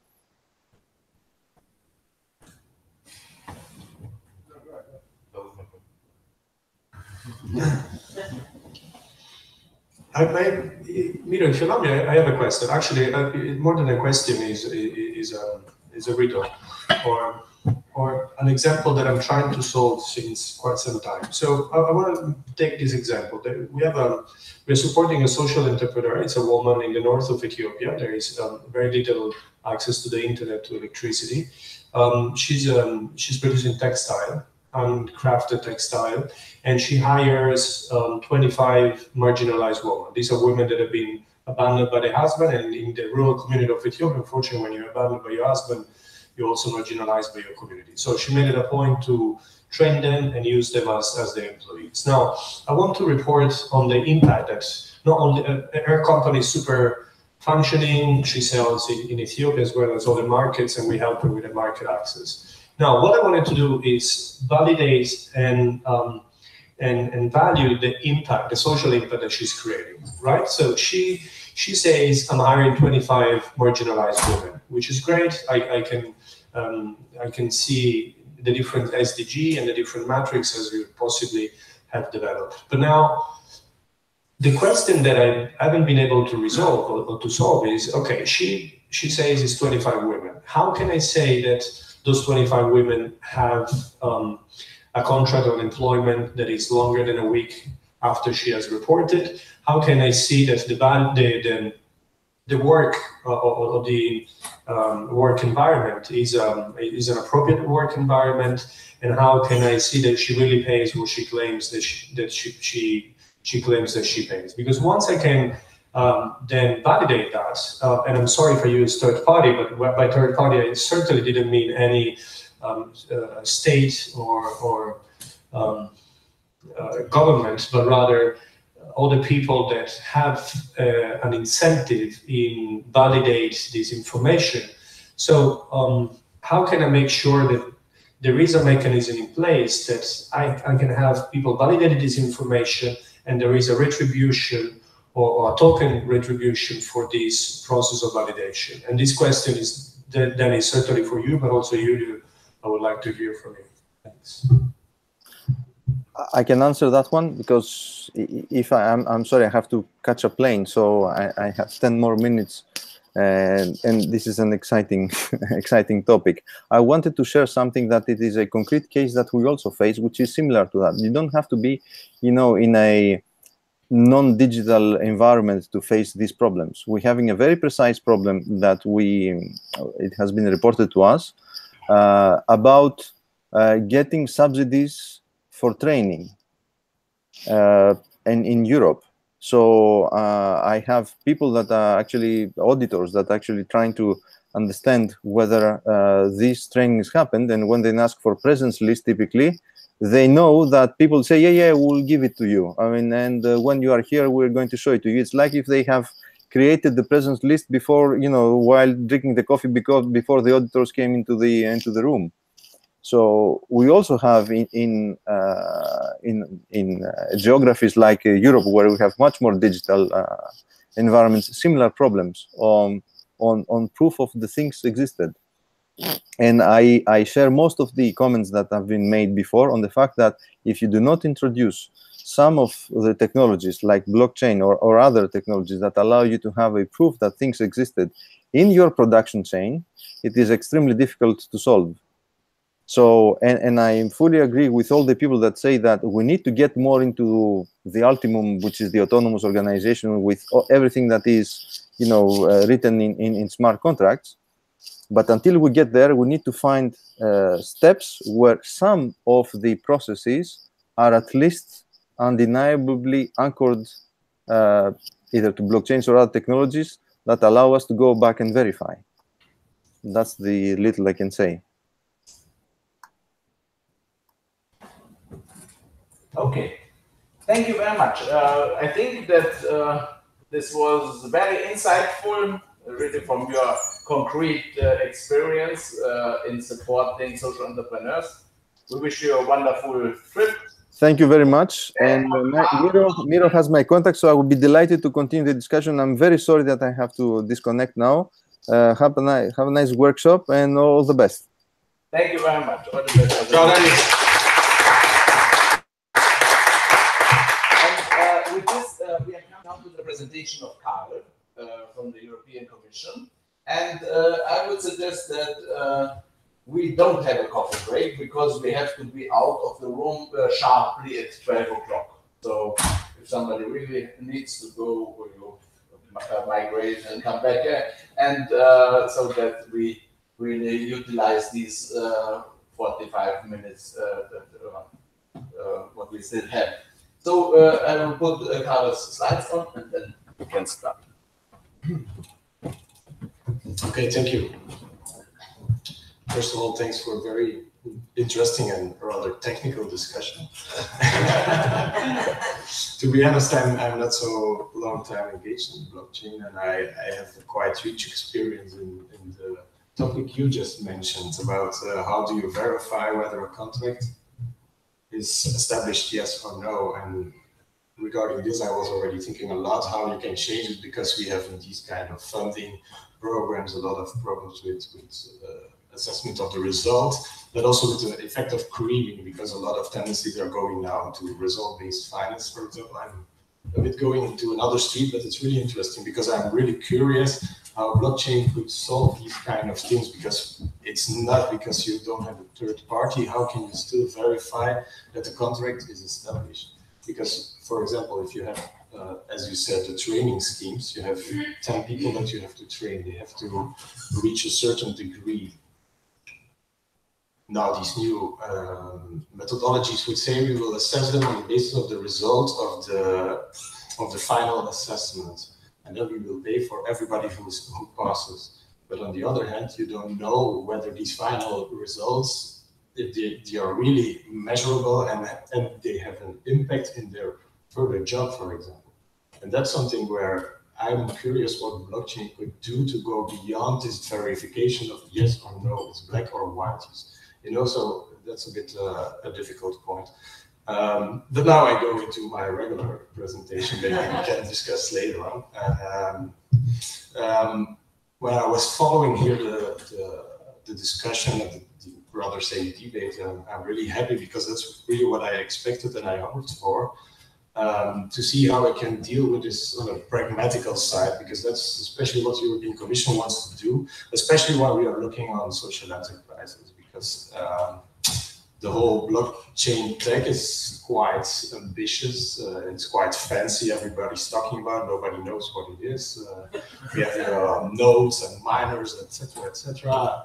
It's not really tangible for people who are social entrepreneurs. Maybe for you, because you are clearly an expert, but I know a lot of social entrepreneurs who have barely a computer, as to say. So there we might have a big difference in reality. And if I hear the expert on my left side, you are really focused on this and you established a lot, but I can tell you that even in neo-colonial Europe, a lot of social entrepreneurs are just like in Africa, for example, and even traditional enterprises. I can assure you, it's for us, sometimes we see, if we talk about traditional enterprise, social enterprise, that they have a lot of similar barriers and a lot of similar problems if you're talking about new technologies and digital opportunities. But I'm working for the social entrepreneurs, so we are trying to support them as much as possible. How do we do that? In 2011, we had the Social Business Initiative, which is the first real recognition of the European Commission that social entrepreneurs should be supported by an action plan. It sounds very governmental, but I have to say this is a quite pragmatical approach because, as I told you, social entrepreneurs and social enterprise and social economy has a lot of different conceptual backgrounds in Europe, so we have to be very pragmatical. Nina can be the perfect witness of that we have, even within Europe, so many discussions about these institutional aspects, and that's just what the European Commission wants to avoid, because we want to talk about the social impact and what social entrepreneurs are doing on the entrepreneurial side and not on the institutional side. I hope you still agree with me. Okay, fine. And to do that, we gathered more than 100 experts in an expert group on social economy and social enterprise, and they gave us 2 years ago, in 2016, a recommendation report. As a response to that, we provided 5 pillars of implementation of these recommendations, for example, with the Startup and Scale-up Initiative. I'm not going to detail what it's all about, but I can just give you the 5 pillars, which is finance, legal framework, it's about internationalization and the link with SDGs. It's about social innovation and new technologies. And this last part is why I'm here. So I will give you a very short overview of what we are doing. And I want to stress that we really want to keep the pragmatical window of opportunity on our side. When we talk about digitization and new tech, it's not only about blockchain, of course, for us. We see that a lot of social enterprises are active in these platform businesses, sharing economy, and they want to give a response to the Ubers, Airbnbs, etc. Because in the European approach, they squeeze people or employees, and they use a centralized platform to squeeze the employee, and they are not even employees. So that's where social economy forces are coming up and provides us somehow more decentralized solution, which is going, of course, more into the direction of the blockchain tech. So that's what we want to support. But we see in the exercise of doing this, they don't have a real solution for that. We have some pioneers and very nice pioneers, for example, what has been done in Slovenia. We have also Lithuania, but also other specific companies who are active in the whole of Europe to support small entrepreneurs in their connectivity with other ones in these platforms. So that's what we really want to support. Collaborative economy and sharing economy. As I said, for social economy, it's really important, and where I see a lot of similarities is with the basic ideology or idea of cooperative movement. The cooperative is another way of business. It's a business that uses democratic participatory. It distributes the profit among the employees and members. There is a social goal, etc., etc. So that's, if you see how the cooperative movement, especially social cooperatives, are built, you see a lot of similarities with how blockchain is, for example, exercised. So that's really interesting for us. So therefore, we will organize a study this year to investigate how cooperatives and also social enterprises can make the use of platform businesses and Bitcoin, etc., in their business models. As I said, a lot of them don't really know what it's about, so we want to make a very low border approach to them to learn, not a bottom-up approach, but just to see what is already happening in the traditional business, but especially also in social businesses, and to show them what they might do in the future. So actually I explained already everything that's on this slide, so I go to the next one. And then we go to the blockchain, which for us offers the possibility of new form of view of human collaboration and processes based on values of transparency and democracy. Of course, these are very, very nice words and formal words, but from my unit, as I said, we really want to have this pragmatical approach. I gave just one example in this slide, but you have plenty others. You have, for example, a car sharing cooperative. You have the energy cooperatives, which I hope we will discuss later on today, because I think this is a specific topic we foresaw for today. And how you can use the blockchain tech for the distribution, for example, of these energies within an energy cooperative, not only within a region, the nation state, but European-wide. We see that these forces are coming up today, but there are some obstacles, and I really want to acknowledge that some obstacles are also on the European level, but it's not the only one. Therefore, we really need to map this information. Therefore, we have European Commission founded a forum for blockchain and also observatory this year in February. So you can see we are quite late.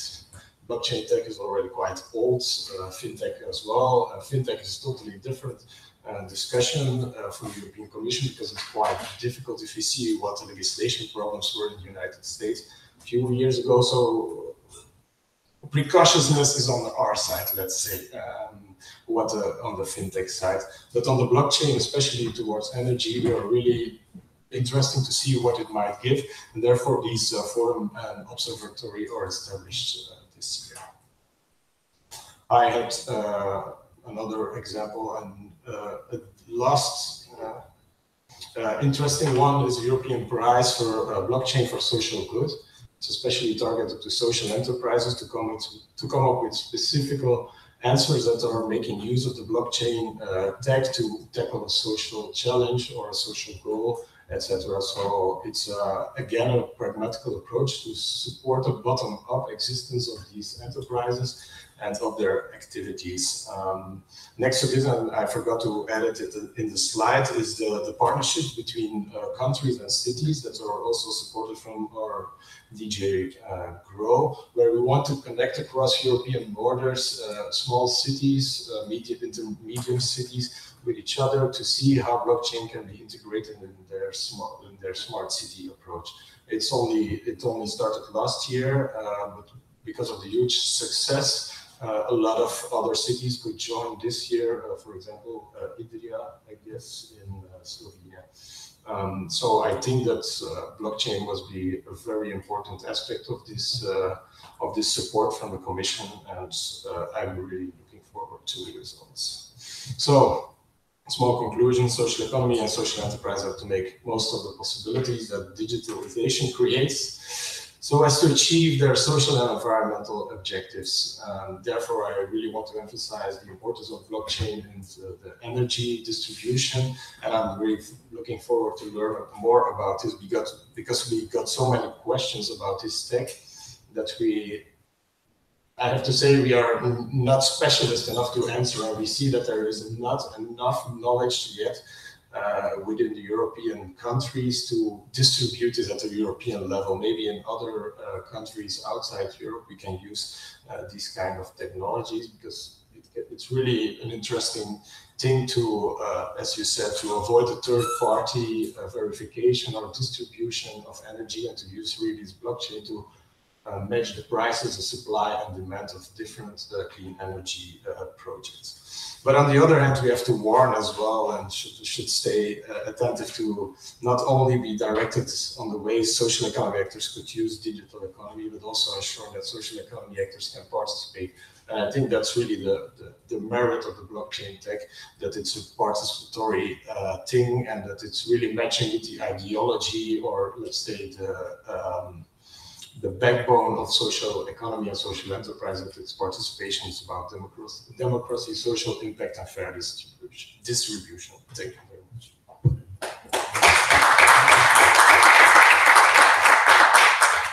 Thank you very much, Karel. Really very interesting and very valuable to have you with us. So let's create as many synergies as possible, and a very important bridge for these synergies is also Slovenian government. And Nena, would you like to add some information about your activities and plans on leadership regarding social economy and blockchain? Okay, thank you very much.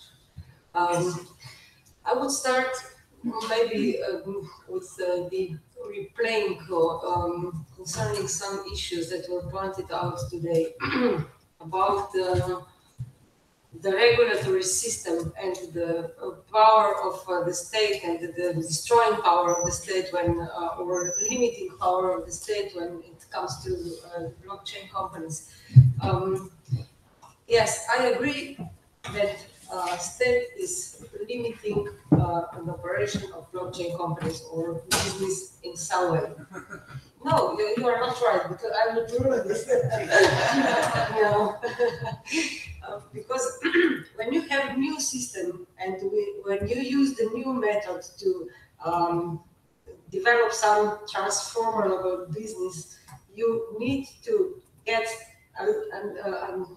that important knowledge that would enable you to come from point A to point B. So first we have to educate the regulators, and this was the process what was implemented in Slovenia this year. It was a very tough process. We have, in the comparison with other countries, maybe more tough legislation for many things, not only in the case of blockchain. And we passed the process of educating our regulators how to understand what is the technology behind, how the subjects are behaving on the market, what is the real problem maybe with AML, KYC, because me as a regulator also didn't see the problem to the moment when I came to public blockchain and public use of DLT. So we passed 1 year hard process and we came to an action plan now, which is merging 4 regulators for security marketing or markets for security markets, for the data protection regulation or AML also, Bank of Slovenia, and our taxation organization, our taxation authority. And the biggest issue what we have now is how to define the standard properly for the evidence of the right or the business events on that standard that would enable the taxation of separate parts of that tokenization process. And this is the issue that no government can answer at the moment. So I'm not sure that it is limiting, it means the obstacle to come to the market. No, because the blockchain companies are also social businesses and they are developing the projects on the niche markets, and this is very important. It's not important only to regulate, but it's important to stimulate that type of business that would, yes, it is. Yes, corruption. No, it is not corruption. It is important to stimulate the business that would be oriented to niches, that would satisfy the needs for human beings, that would solve the problems that were not solved till now. For example, the exchange of electricity, exchange of savings of the electricity. You didn't have it till now. Markets that government. Oh, markets and draft systems and expensive distributors. You have now the system that it is very cheap.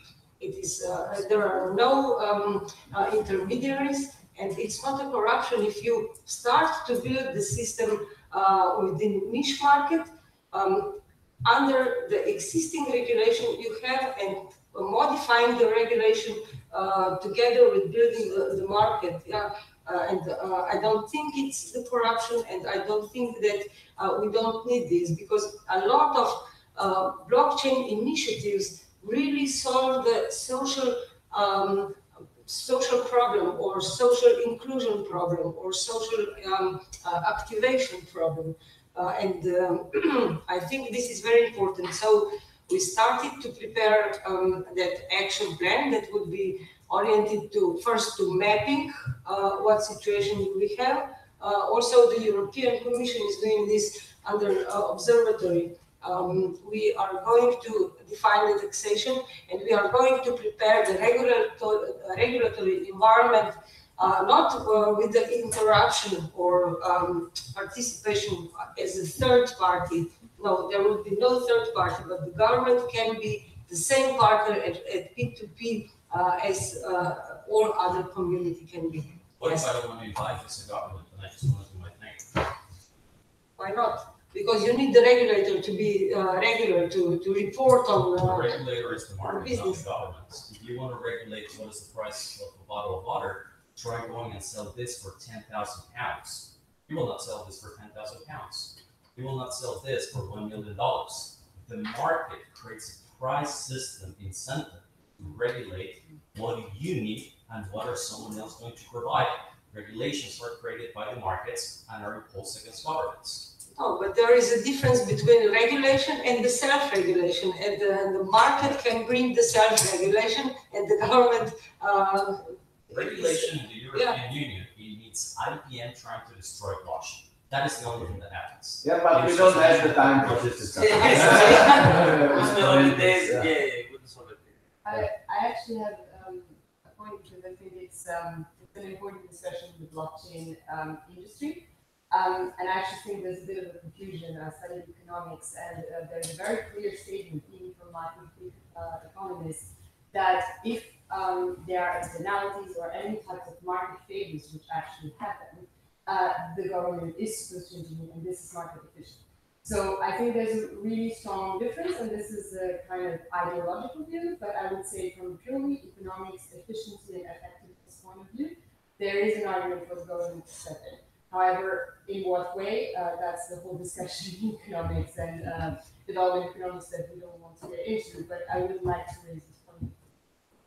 Thank you. So I think as we don't have only half an hour left, or even less, for this second part, for the project development part, I would like also to present our plans for project development, and then we need to have some kind of wrap up and reflection round, and to be out at 12. So let's go to this part now.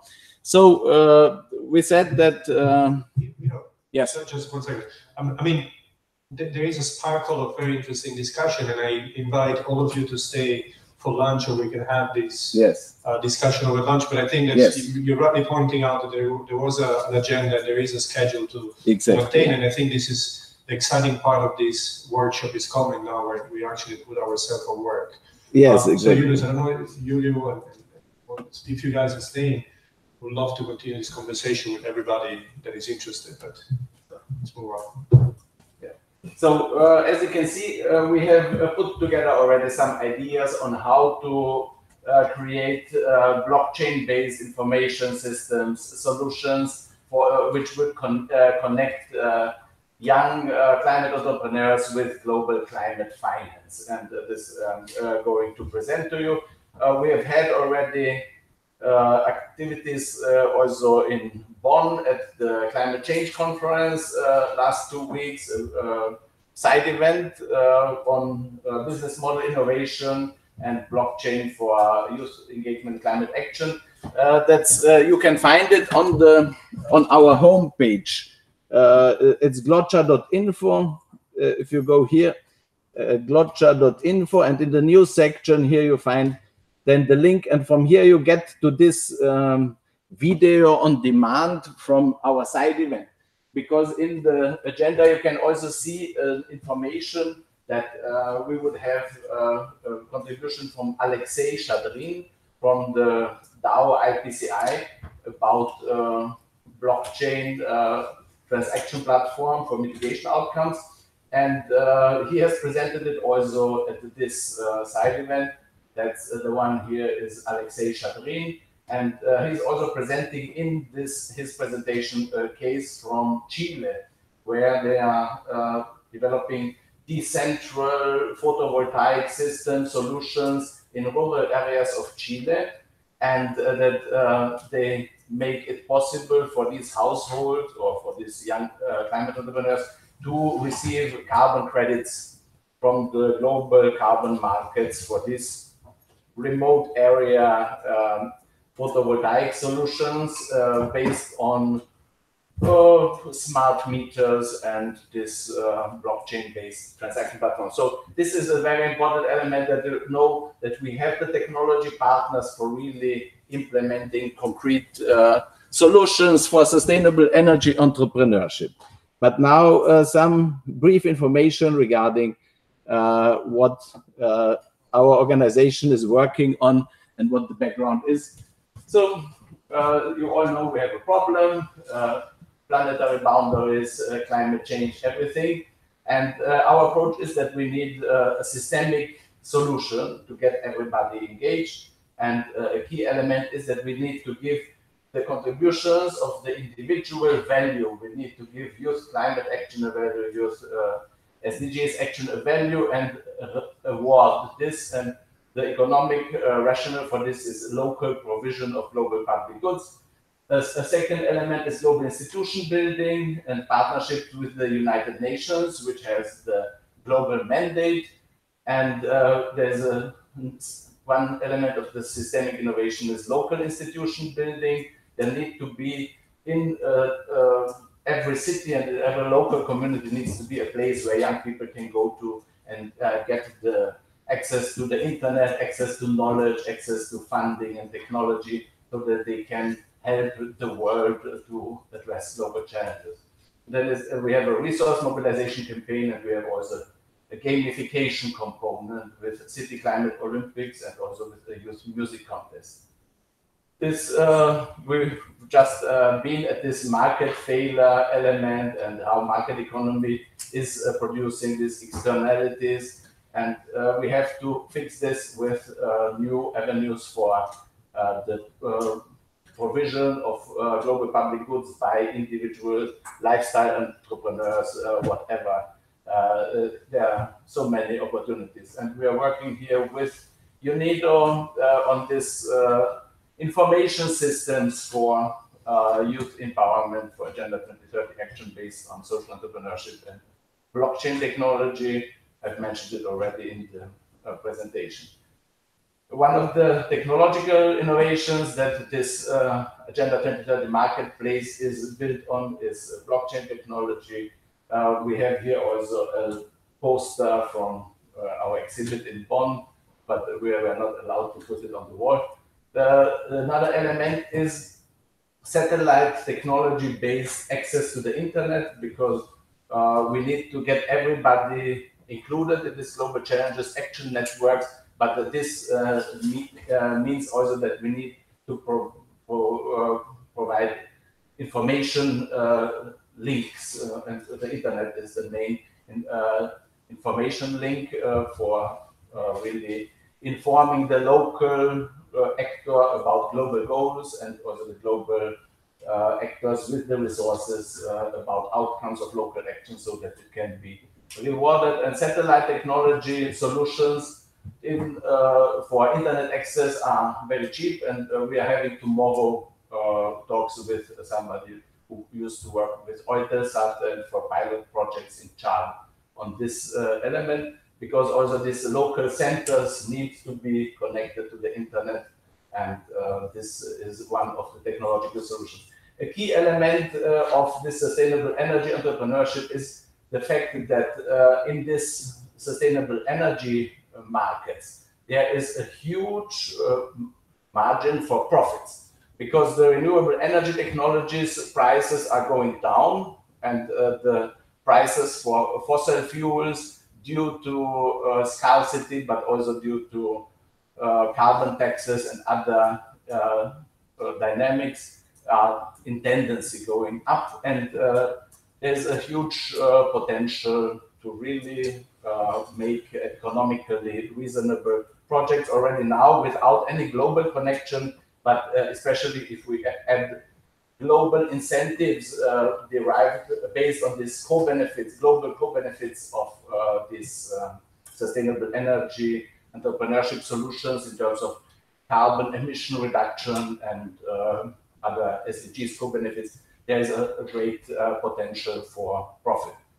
We have this global institution building, a multi-stakeholder partnership combining our organization, but also United Nations organizations, youth organizations, city administrations, who all together mobilize the resources and the knowledge in the sense of the SDG 17, target 16, which is calling for complementary multi-stakeholder partnerships that mobilize and share knowledge, expertise, technology, and financial resources to support the achievement of the sustainable development goals in all countries, in particular developing countries.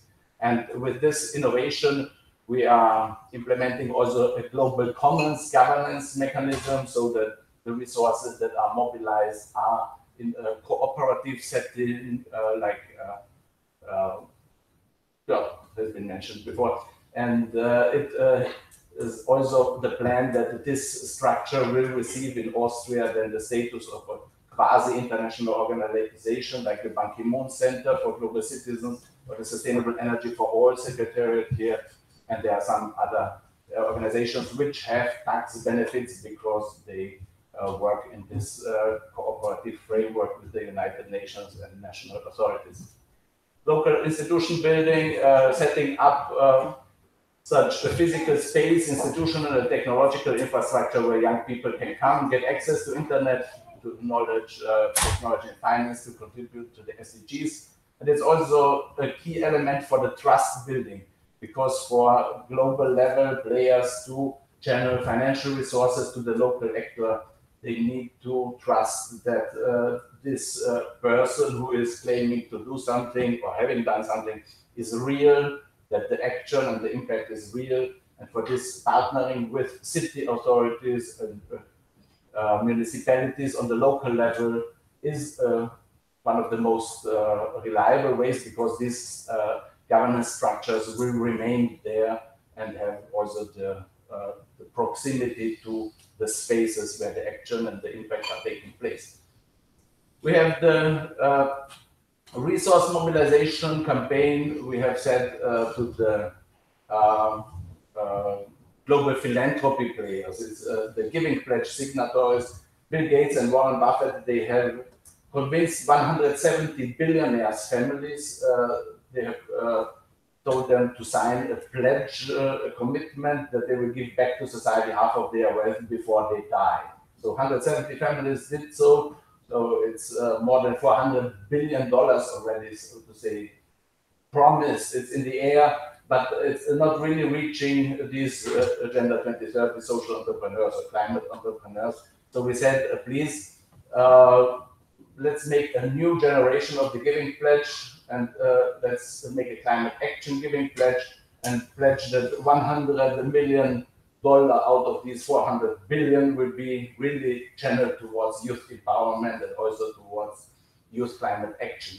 And there was also an event in Paris in the context of the One Planet Summit of President Macron. Together with Climates, we have organized at UNESCO a workshop about youth and climate finance, so that also these global instruments like the Green Climate Fund, green bonds, climate bonds, carbon tax revenue funds, and things like this, that this really gets connected with the local action. And for this, we need information systems.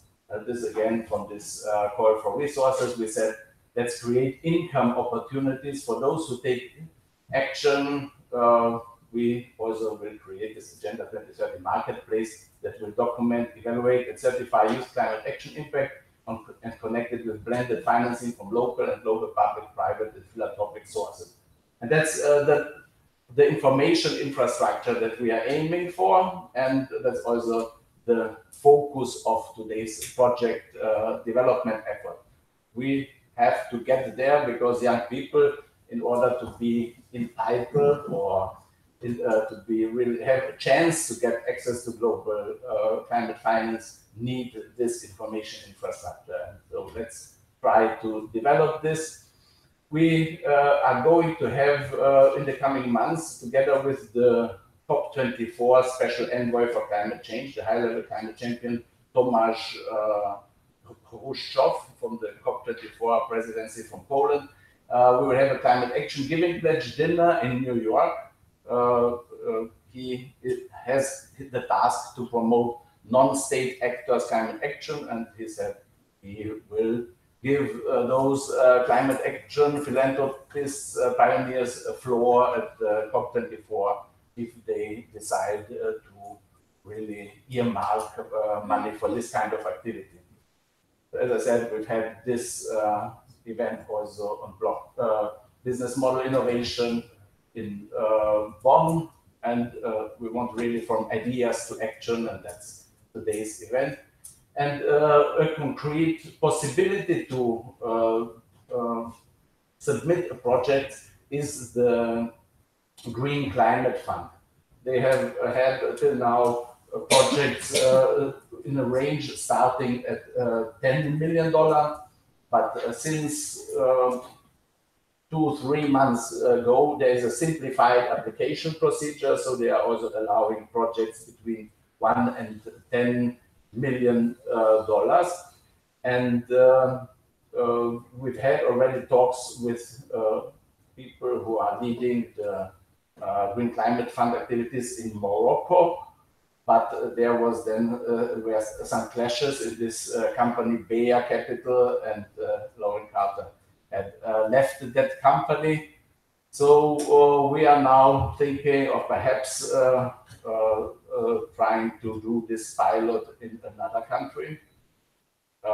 One option would perhaps be also Chile, or one of the countries where ISEC is in particular strong. And Fundación Avina is a very interesting player that is also in the countries active where your institutions are based. Fundación Avina is also an accredited entity, because in order to get money from the Green Climate Fund, you need to be accredited.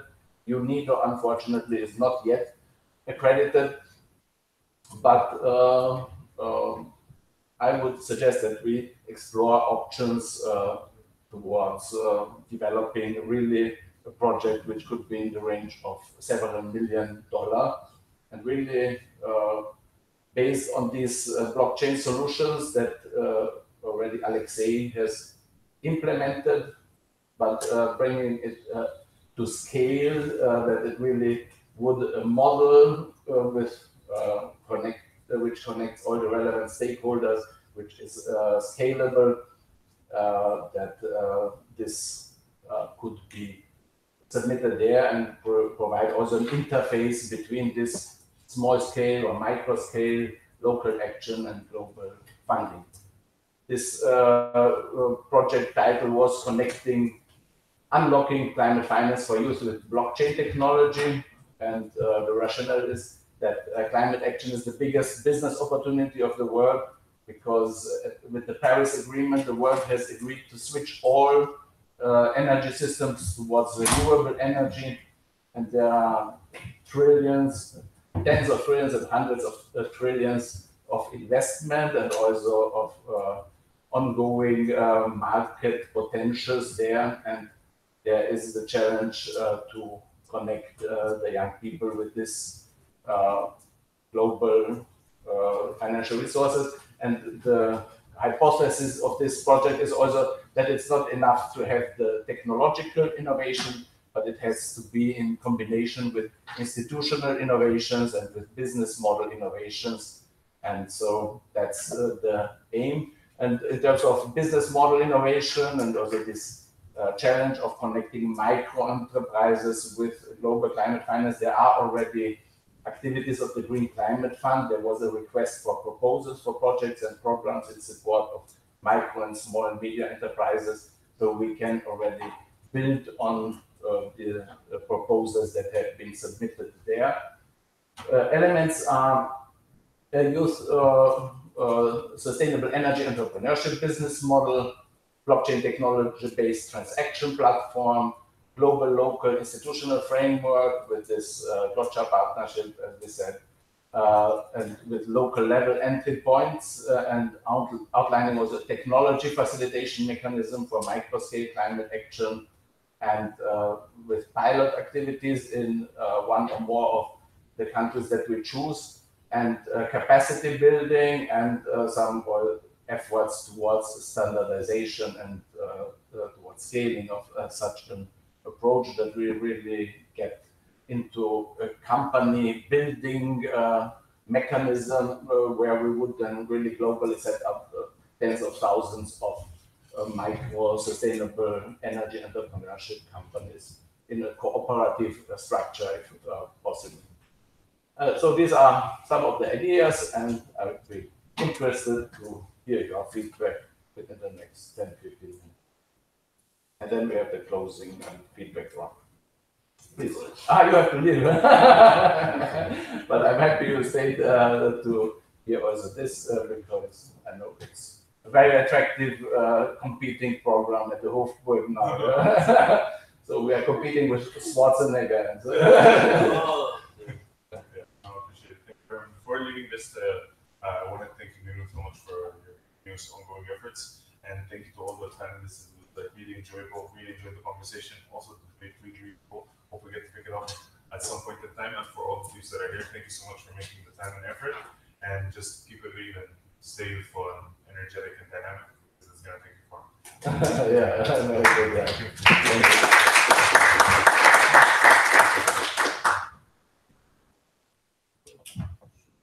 No, I'm coming back. You're coming back. Okay. I'm just escorting you.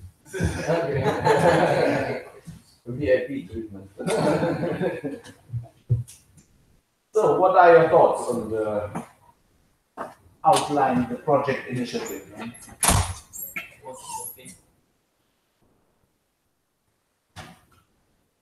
Well, I would like to ask how can young people get access to this, and particularly to the education needed to move it forward?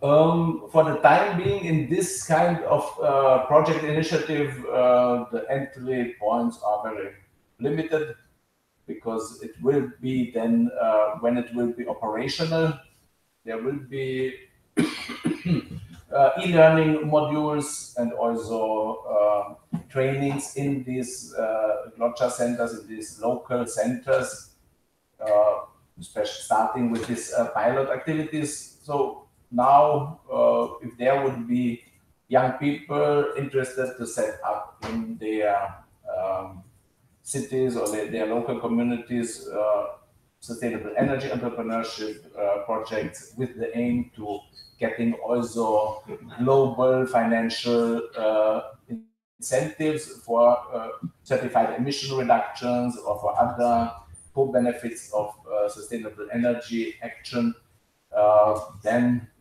they could bring in their local communities, and we could include them in these pilot activities, but it's still very early stage of the project development. Are there any success stories at this point that we could look at?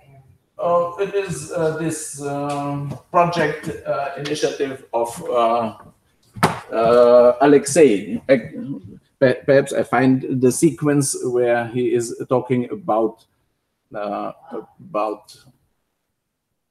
Chile. Not need any stamps, any signatures anymore, because when the conditions of the contract happen, it will be are working with the World Bank, and we're also familiar with the World Bank team and with UNFCCC. That's how it will look like this year.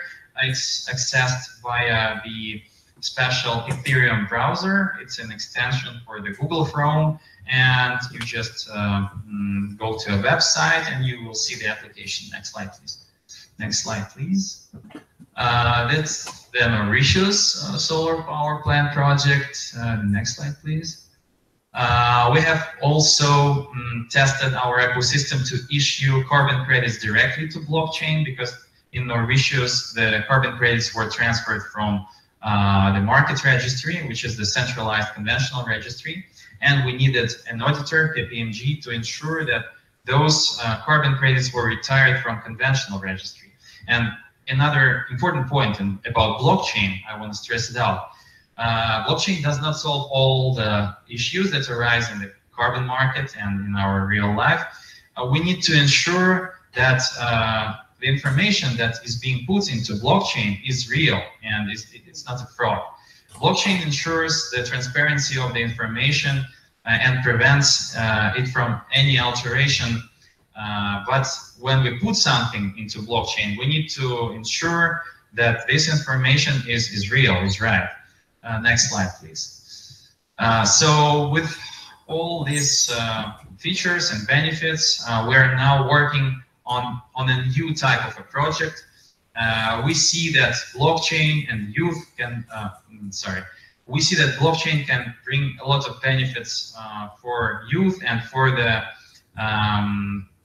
different projects, climate projects that are not large scale, but small scale projects in distant villages, remote villages, rural areas, and for the residential sector. Previously, it was impossible because climate projects needs a lot of investments into legal, into verification. You need to pay a lot to auditors, to the standards, to other parties to verify everything, to check your project design documentation. And this is another benefit of blockchain. We're getting rid of intermediaries. And within this project, the first stage is to implement our blockchain using smart meters to connect solar panels in remote villages to blockchain. And once we do that, we can ensure that small-scale projects and small villages, small households will receive climate finance in form of tokens or in forms of some other climate finance assets. Next slide, please. So this is the scheme of the projects. We have already designed the pilot and it's now being tested in Chile. We hope to scale this experience, and we still need the auditor to check the project details, to check the smart meters. But actually, what is very interesting about this project, the emission reductions are being verified automatically by the smart metering equipment. And this information is being stored in the cloud server, and we're using IPFS, Interplanetary File System, which is also a blockchain project that stores information in this decentralized way all around the world. So once the information is being stored there, it's being accumulated there, once a week or once 2 weeks, it's being sent to our blockchain. And then we can reward particular households with some tokens or with carbon credits or with renewable energy credits. Next slide, please. Yeah, so this is to your question, whether there are concrete examples, and it is already there. And but we need now to scale it up and connect it also with the NASCA portal of the UNFCCC, which is the non-state actors zone for climate action, where all climate actions of non-governmental players should be documented according to the Paris Agreement. And so we really have to come from a small pilot to a global, local ecosystem, which can then really be enabling for tens of thousands of people to take this kind of action, and through this also coming to concrete climate mitigation effects and income opportunities for youth.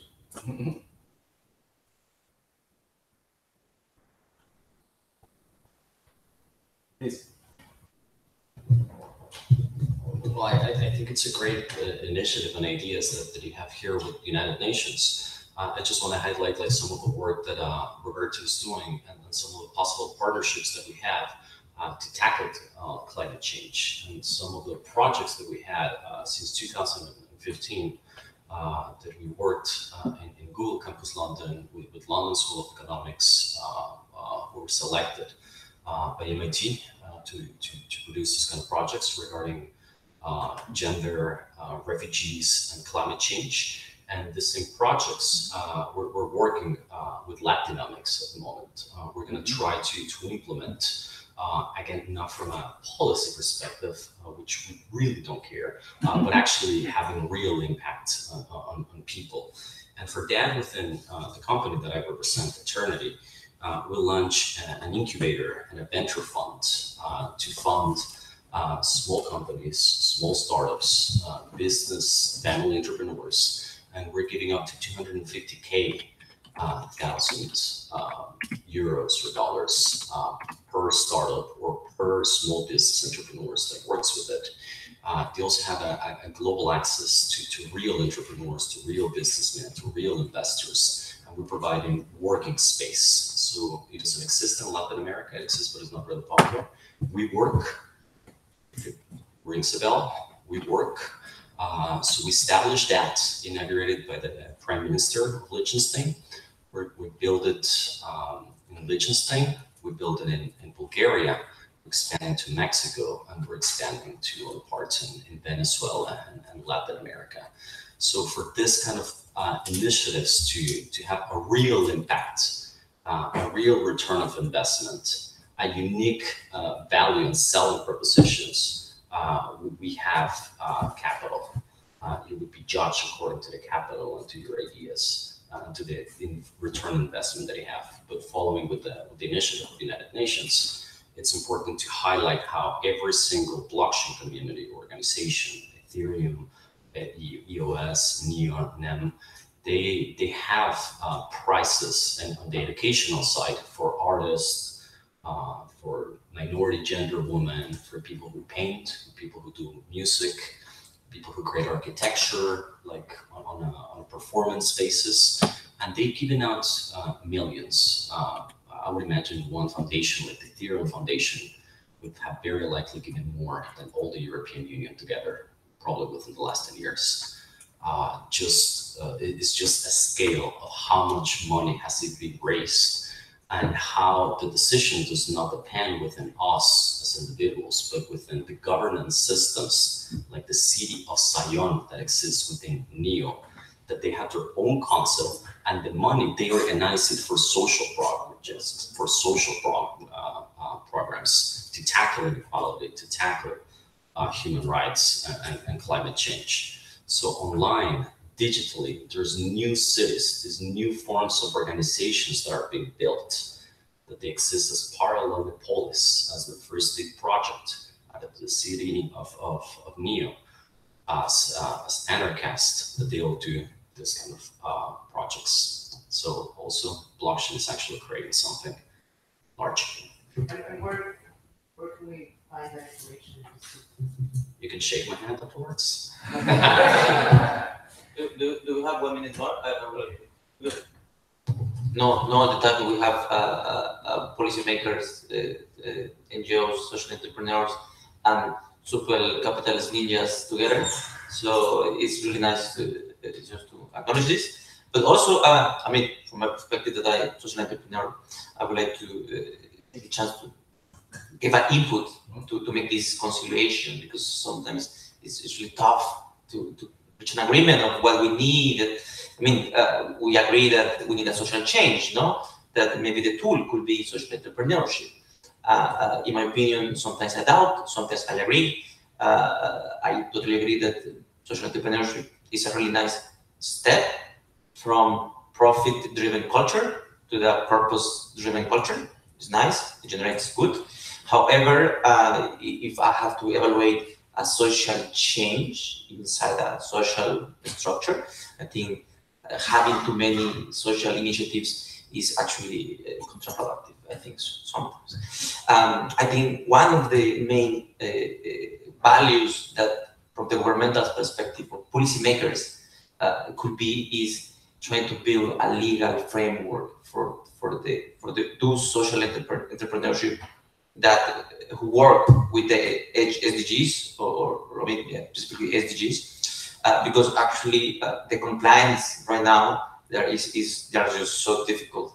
I mean, it's more expensive for a social entrepreneur or an NGO the time you spend in compliance rather than just pay 5% of taxes. So actually, I advocate for the policymakers, please let's agree. NGOs, social entrepreneurs, whoever is making a social thing, let's pay taxes. 2-3% is totally nice, is good, and actually it forces you as a social entrepreneur to be financially sustainable. So, but please, compliance and legislation, put it in order, because it's already a mess, we don't know where to go. So, I mean, really nice input, maybe you consider it in your decisions afterwards, but it would be really nice to have a common legal framework and remove compliance from social entrepreneurship. Anyway, I just wanted to share this. Thank you very much. I would say we go briefly through the group. Everybody has 2-3 words to say what the thoughts are regarding the event or the topic and the next steps. Thank you very much. I think today's debate was very good. We had a technical solution with some state or European and I think that we shall go on also with the cooperation with Latin American countries. And I suggest to find some way of cooperation on certain projects. One of the projects is also your project.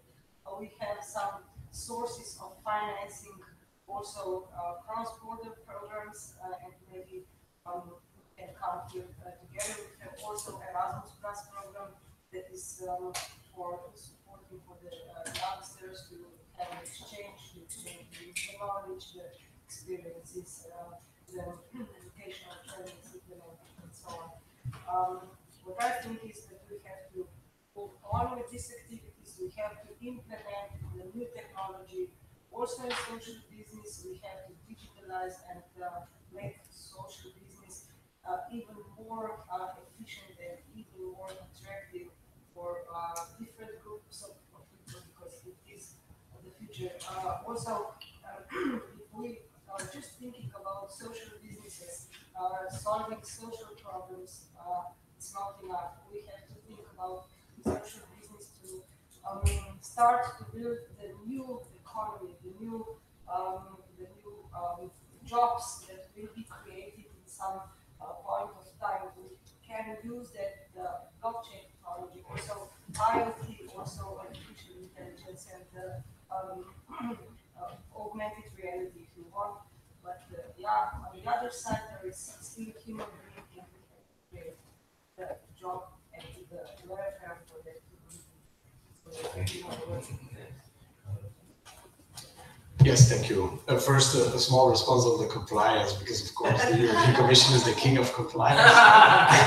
But in our defense, the compliance is not existing for nothing, of course. And if you talk about social enterprises, we see that a lot of compliance is even existing because it's asked by social enterprises to have a more protective statute, for example. So this is also a reason why compliance exists. I totally agree. It must be appropriate and proportionate, etc., etc. So we're working a lot of simplification as well, but removing the compliance will also maybe destroy even your business more than keeping it. So that's a bit to make it in balance.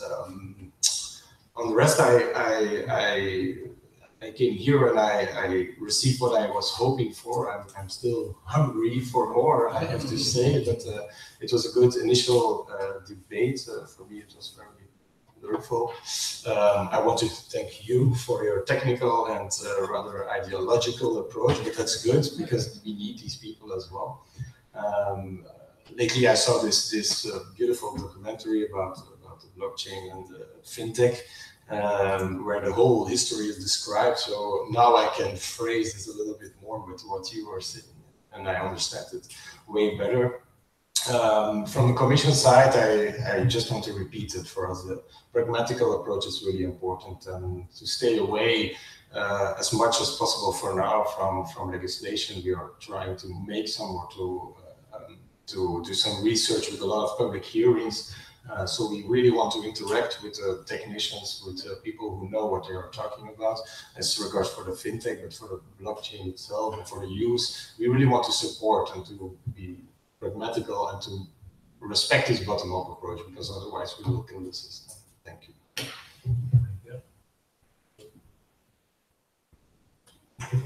So my last word is that the problem of youth unemployment would be solved by blockchain and by creating global entrepreneurship by the institutions of money that have been arised by the World Bank. We live in a financial apartheid. We live on a premise where people don't have access to credit, and the laws and regulations, which are endless, bureaucratic, and written by politicians who get together with experts, and then they invite us as experts to speak on these platforms.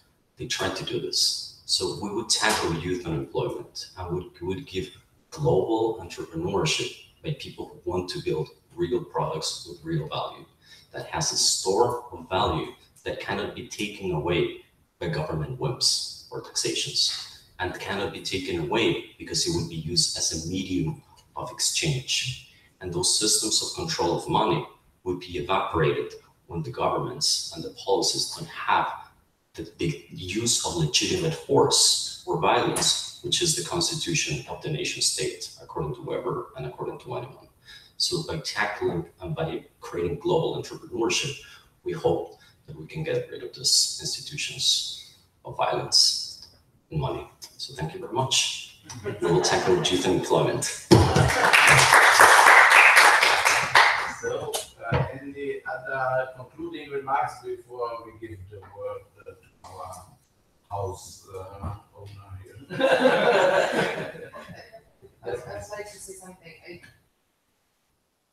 There's a lot of education that needs to come through. I mean, in Latin America, we don't even have good mathematics. People can't.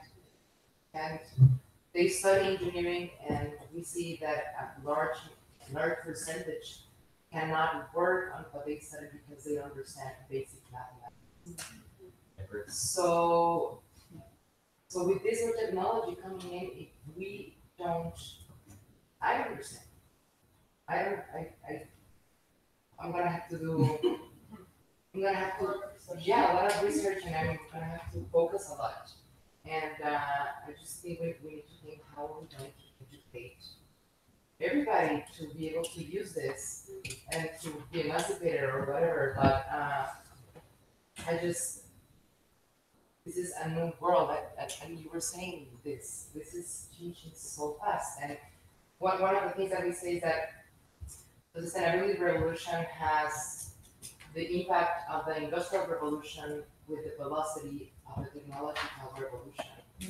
So if we don't get up to speed, then we're not going to be able to control it or to guide it to somewhere that we want to. So let's please get educated. Thank you very much. Very beautiful thoughts. For me, it's more like what kind of entrepreneur are you focusing on? Because for me, all this sounds so distant to the grassroots bottom up levels that with the people that are working in Colombia. When you talk about remote areas, and I imagine the remote areas that I've been there, it's like this is not possible yet. Like there's people that don't know about this, that they don't care. When you talk about incentives, I don't see that incentives are there for the local social entrepreneurs. So it's not only like education, it's what are the concepts of social entrepreneur that are you using for creating all these programs. And I think that for me, it's a question about today. It's like we're talking about social entrepreneurship, but what kind of, who are these social entrepreneurs that you are imagining or looking for or working with? Because it seems a little bit too far away from the realities, like at least the realities that I know in Latin America. Second is that we are talking about this in the sustainable development goals, and I think that we have some of them, but there is important integrality of all the development goals for go to this point that you want to. Like if you are talking about blockchains and everything, but it's still war, it's still poverty, it's still no education, what is the point of introducing this kind of programs? Like, I think that the effectivity of this kind of programs or the effect of this kind of system has to be tackled at the same time with the other sustainable goals. And the question is if the United Nations are and the governments are taking in that level of integrality of the sustainable goals at the same time that they're talking about blockchains and social entrepreneurs. So I think that there's many things to do, but I think that sometimes this looks, for me, some kind of unrealistic and utopian in some spaces. But it's really nice that, like, it's looking forward to look at this future and the possibility that this is going to be something that soon could be real for many people. Thank you very much. It's still hard to explain. Don't give up technical.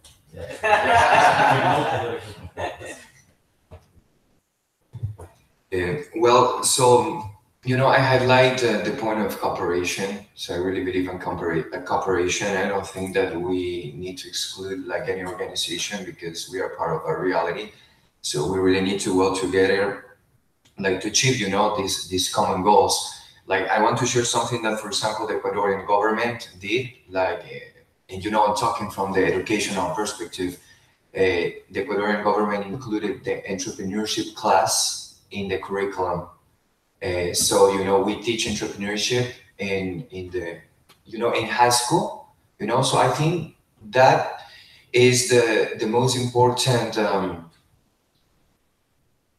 contributions that the government could do. Educate the students, educate the youth, you know, towards giving the tools, you know, to the students, to the different areas, so they can analyze, you know, the problems that, you know, they have, and they can find solutions for that. So I put like an example, like right now, working with indigenous communities, they are learning entrepreneurship, they are, you know, learning about Canvas model, they are learning about this, you know, we all know this kind of tools.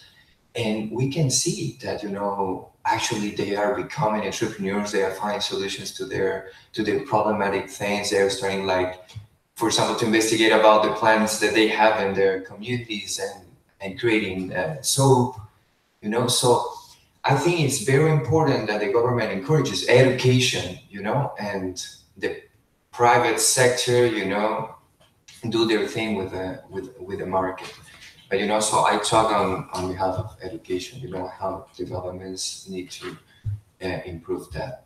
Thank you. I just want to have a small response on that. I totally agree with your point, but on the other hand, we must be realistic as well. Education is very biased, as my colleague already said today, because if you're talking about education and entrepreneurship, and I hear you talking about business model canvas, then you're already 100% biased, because business canvas model is only about profit and doesn't give anything about negative externalities. So there you're already pushing your students in a certain direction, and that's maybe even worse than giving them the experience themselves that they find out themselves. It's just about regular economics in Western Europe, in Western countries that are so in the same direction like you described.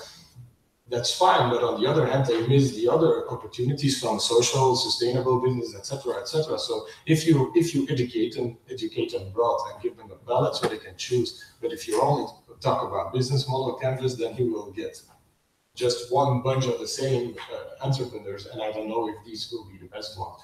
Maybe for themselves, but yeah, I mean, it's just no. I mean, it's just it was just an example. No, it's not that we just teach them about model canvas. Of course not. But I mean, education, it's like the key. You know, like to educate in other perspectives. You know, about what's happening outside of their, or you know, of their communities. What's happening around the world. You know, we also analyze the reality of our own country. You know, so from our perspective.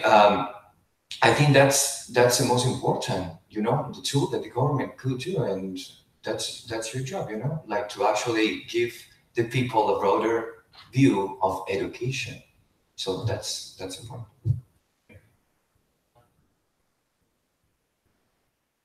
Alex, would you like to add something?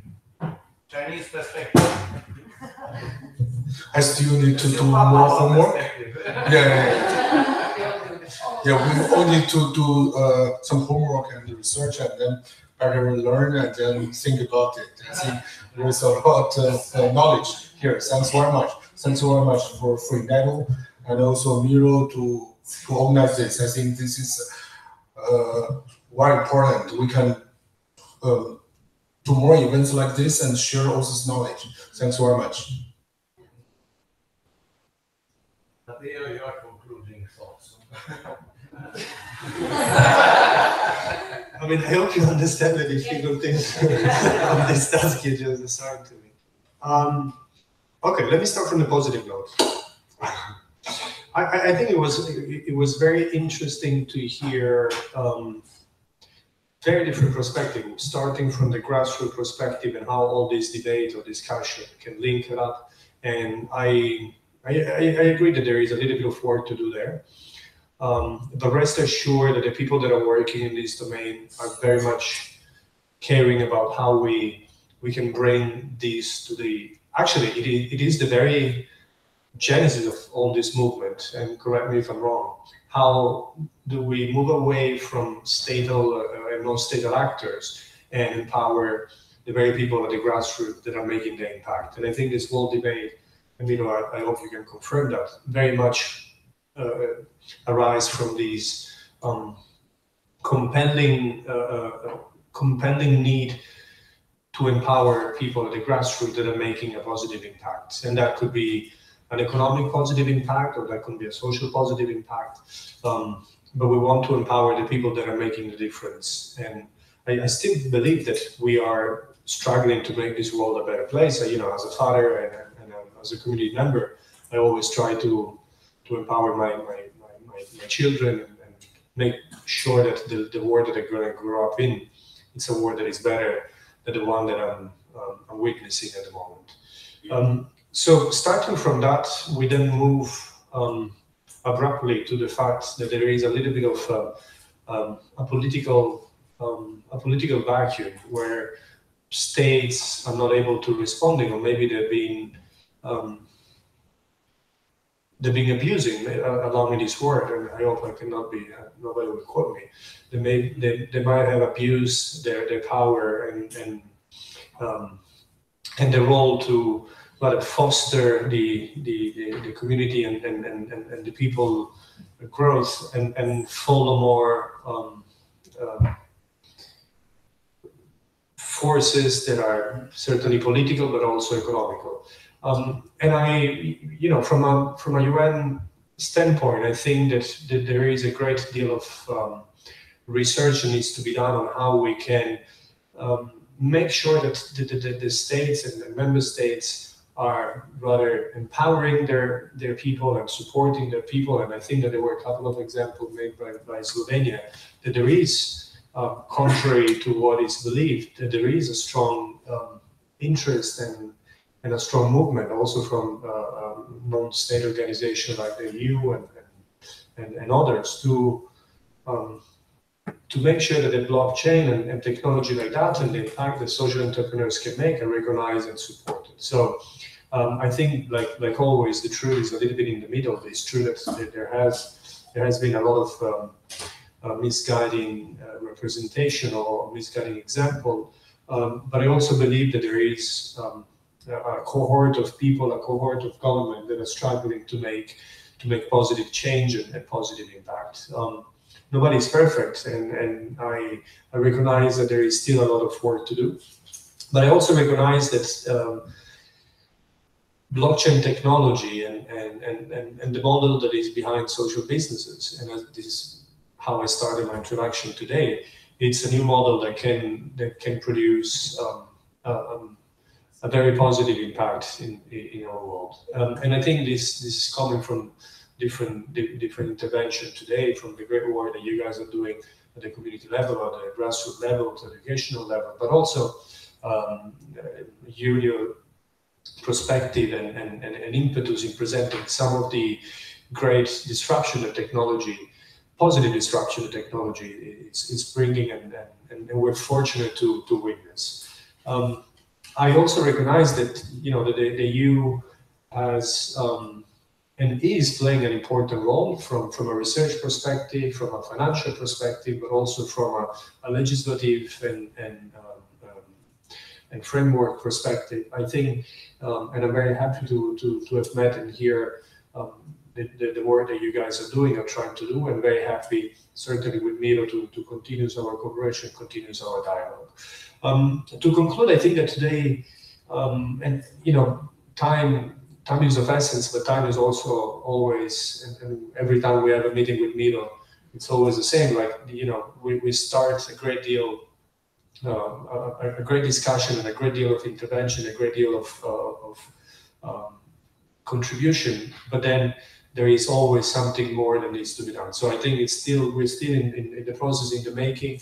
Every time there is a new pieces of information, a new pieces or a new actor that comes into the picture, and we're happy to welcome them and improve with them. From an individual perspective, it was a great morning. I've personally learned a lot, and I also continue to believe that we're going into the right direction. I don't want to hide. I also have struggled within my organization to make sure that the blockchain technology is understood and recognized, and I'm ready to answer the question: why are we doing that? Why UNIDO is engaging to that? And frankly speaking, if it's true that I know and I understand, it's also true that it's not so easy to explain, as you were saying, to the people that are not familiar with that. So I think that we still have some quite some work to do in that respect. I think that everybody today will leave this room with the understanding that there is enormous opportunities, but there is also great challenges that come with the opportunities, and vice versa, I guess. But I really want to thank you on behalf of the UN, on behalf of UNIDO, and I personally want to thank Miro for organizing this event and all the great intervention that were there, but also your very active participation. I think this is what really makes events meaningful and informative. And I guess we'll see you till the next time. Thank you.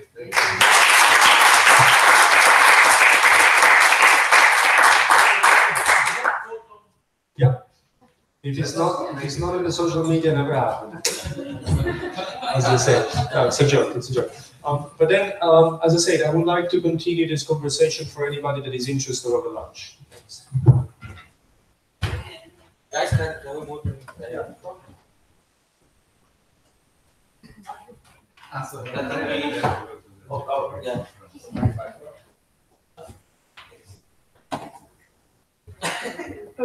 Just to barely understand what's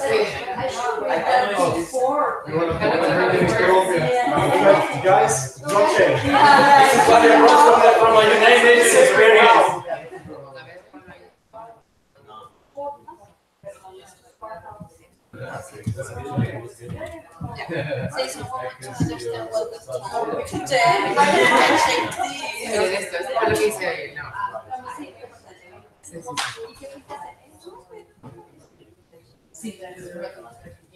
Just to catch somebody outside. No, it's fine.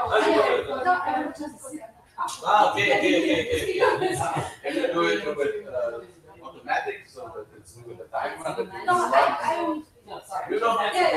But you would make it wrong.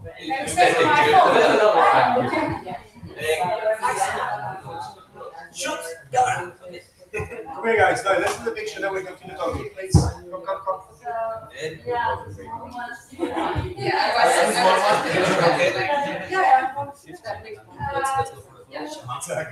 She's always bad.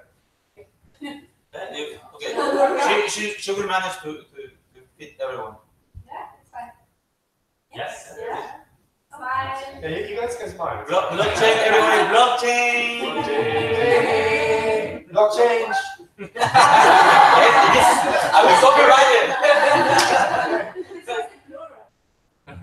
It was a plural.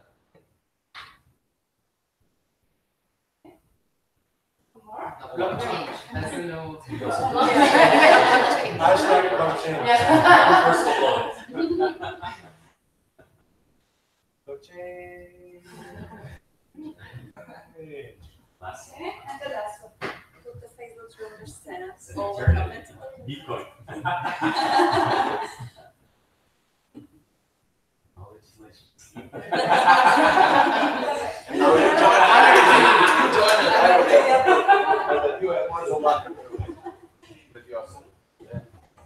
Okay,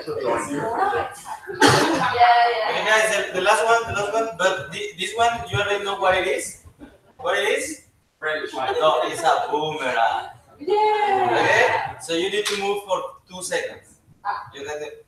1, 2, 3.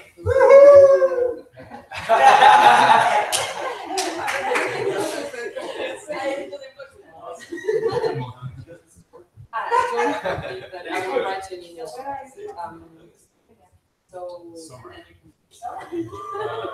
Say something.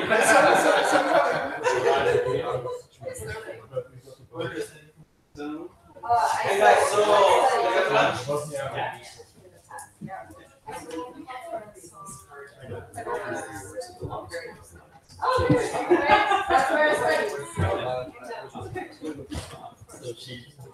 See this thing.